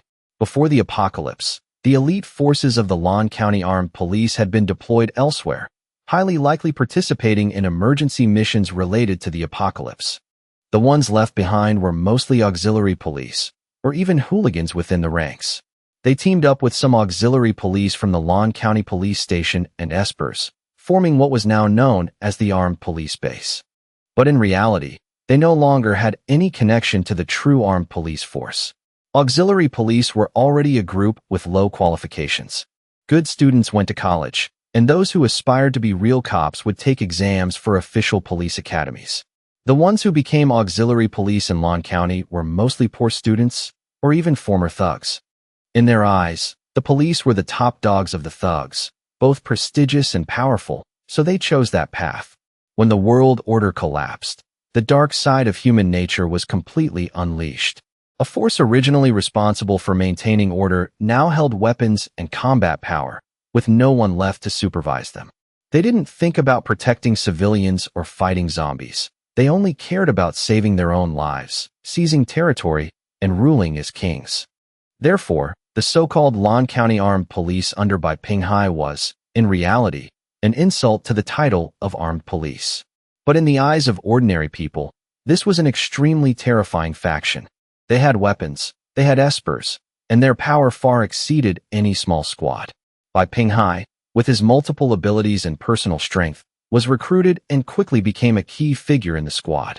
This time, because Bai Zhanshan ran into trouble, he personally led 12 fully equipped men, marching aggressively to the black market. After Bai Pinghai stepped out of the car, the other doors opened simultaneously. A group of armed police with guns in hand swarmed out of the cars. All of them wore bulletproof vests and helmets, and more than half carried riot shields. The weapons in their hands were submachine guns and automatic rifles. Everyone was fully equipped. Just seeing this scene, the Esper squads began to feel uneasy. This was the difference between an organized force and a ragtag mob. The total weapons of all the Esper squads combined might not even match this armed police squad. This is no joke. 12 fully armed men, plus the Seven God squad. Just the manpower alone is over 30 people, equivalent to a platoon. Their weapons aren't lacking either. Think about it. If Bai Pinghai and Bai Zhanshan gather a force like this, could they wipe us out? A small squad leader whispered, his voice full of anxiety. In this lawless world, facing a faction that could easily take their lives, no one could stay calm. Relax. If we band together, they wouldn't dare act recklessly. Besides, Bai Zhanshan's biggest enemy right now is that kid driving the minibus. I bet Bai Zhanshan will take the initiative to ally with us. He's truly gone mad this time. That kid, if he still dares to show up, he'll definitely die a horrible death. Another person replied with a sneer. And even if he hides, he might not get away. It's not easy to run far these days. The Bai brothers have eyes and ears everywhere, and they even have criminal investigators backing them. Once caught, just thinking about Bai Zhanshan's torture methods sends chills down my spine. The small squad leaders gossiped while secretly glancing at Bai Pinghai. For many of them, this was the first time meeting him. Sister Hong unconsciously shrank back, whispering that Bai Pinghai's aura was too terrifying, perhaps the strongest esper she had ever seen. Espers could sense each other's energy fluctuations. Even if it didn't perfectly reflect their exact strength, it was enough to make a rough judgment. Rumor had it that Bai Pinghai's personal strength even surpassed Bai Zhanshan's. He only took the second position because he was the younger brother. Otherwise, the leader position of the Seven Gods squad might not have belonged to Bai Zhanshan. At this moment, Bai Pinghai stepped into the hall. The small squad leaders all secretly raised their guards seeing him approach with an armed group. Big brother. What exactly happened? Seeing Bai Zhanshan injured and looking at the ruined trading hall, Bai Pinghai's face darkened. He didn't expect that right on their turf, someone would dare cause such a massive scene. Bai Zhanshan shook his head and briefly recounted the whole incident. A woman who uses electricity, a female assassin with extreme physical strength, and a guy who's very skilled with guns. Hearing this, the corner of Bai Pinghai's mouth curled into a meaningful smile. Brother, don't get mad at me for saying this. If those three were really that strong, you'd be dead already. Bai Pinghai saw the situation very clearly. On the surface, it looked like Jiang Lushi and his companions were being besieged, their aura imposing, but in reality, they were the ones with the numerical advantage. In the trading hall, Jiang Liushi's trio faced off directly against Bai Zhanshan alone. Bai Zhanshan's subordinates, though armed, were all ordinary people. And because this was a trade fair, no one expected a conflict to break out. Many hadn't even taken the safety off their guns. The female assassin in black struck first, launching a sneak attack to seize the initiative, and the rest were killed by the other two before they could react. In the end, it was just 3 people fighting Bai Zhanshan alone. As for the college student, the third member of the Seven Gods squad, he was practically useless. Thinking of this, a flash of annoyance crossed Bai Pinghai's eyes, because that college student had always been at odds with them.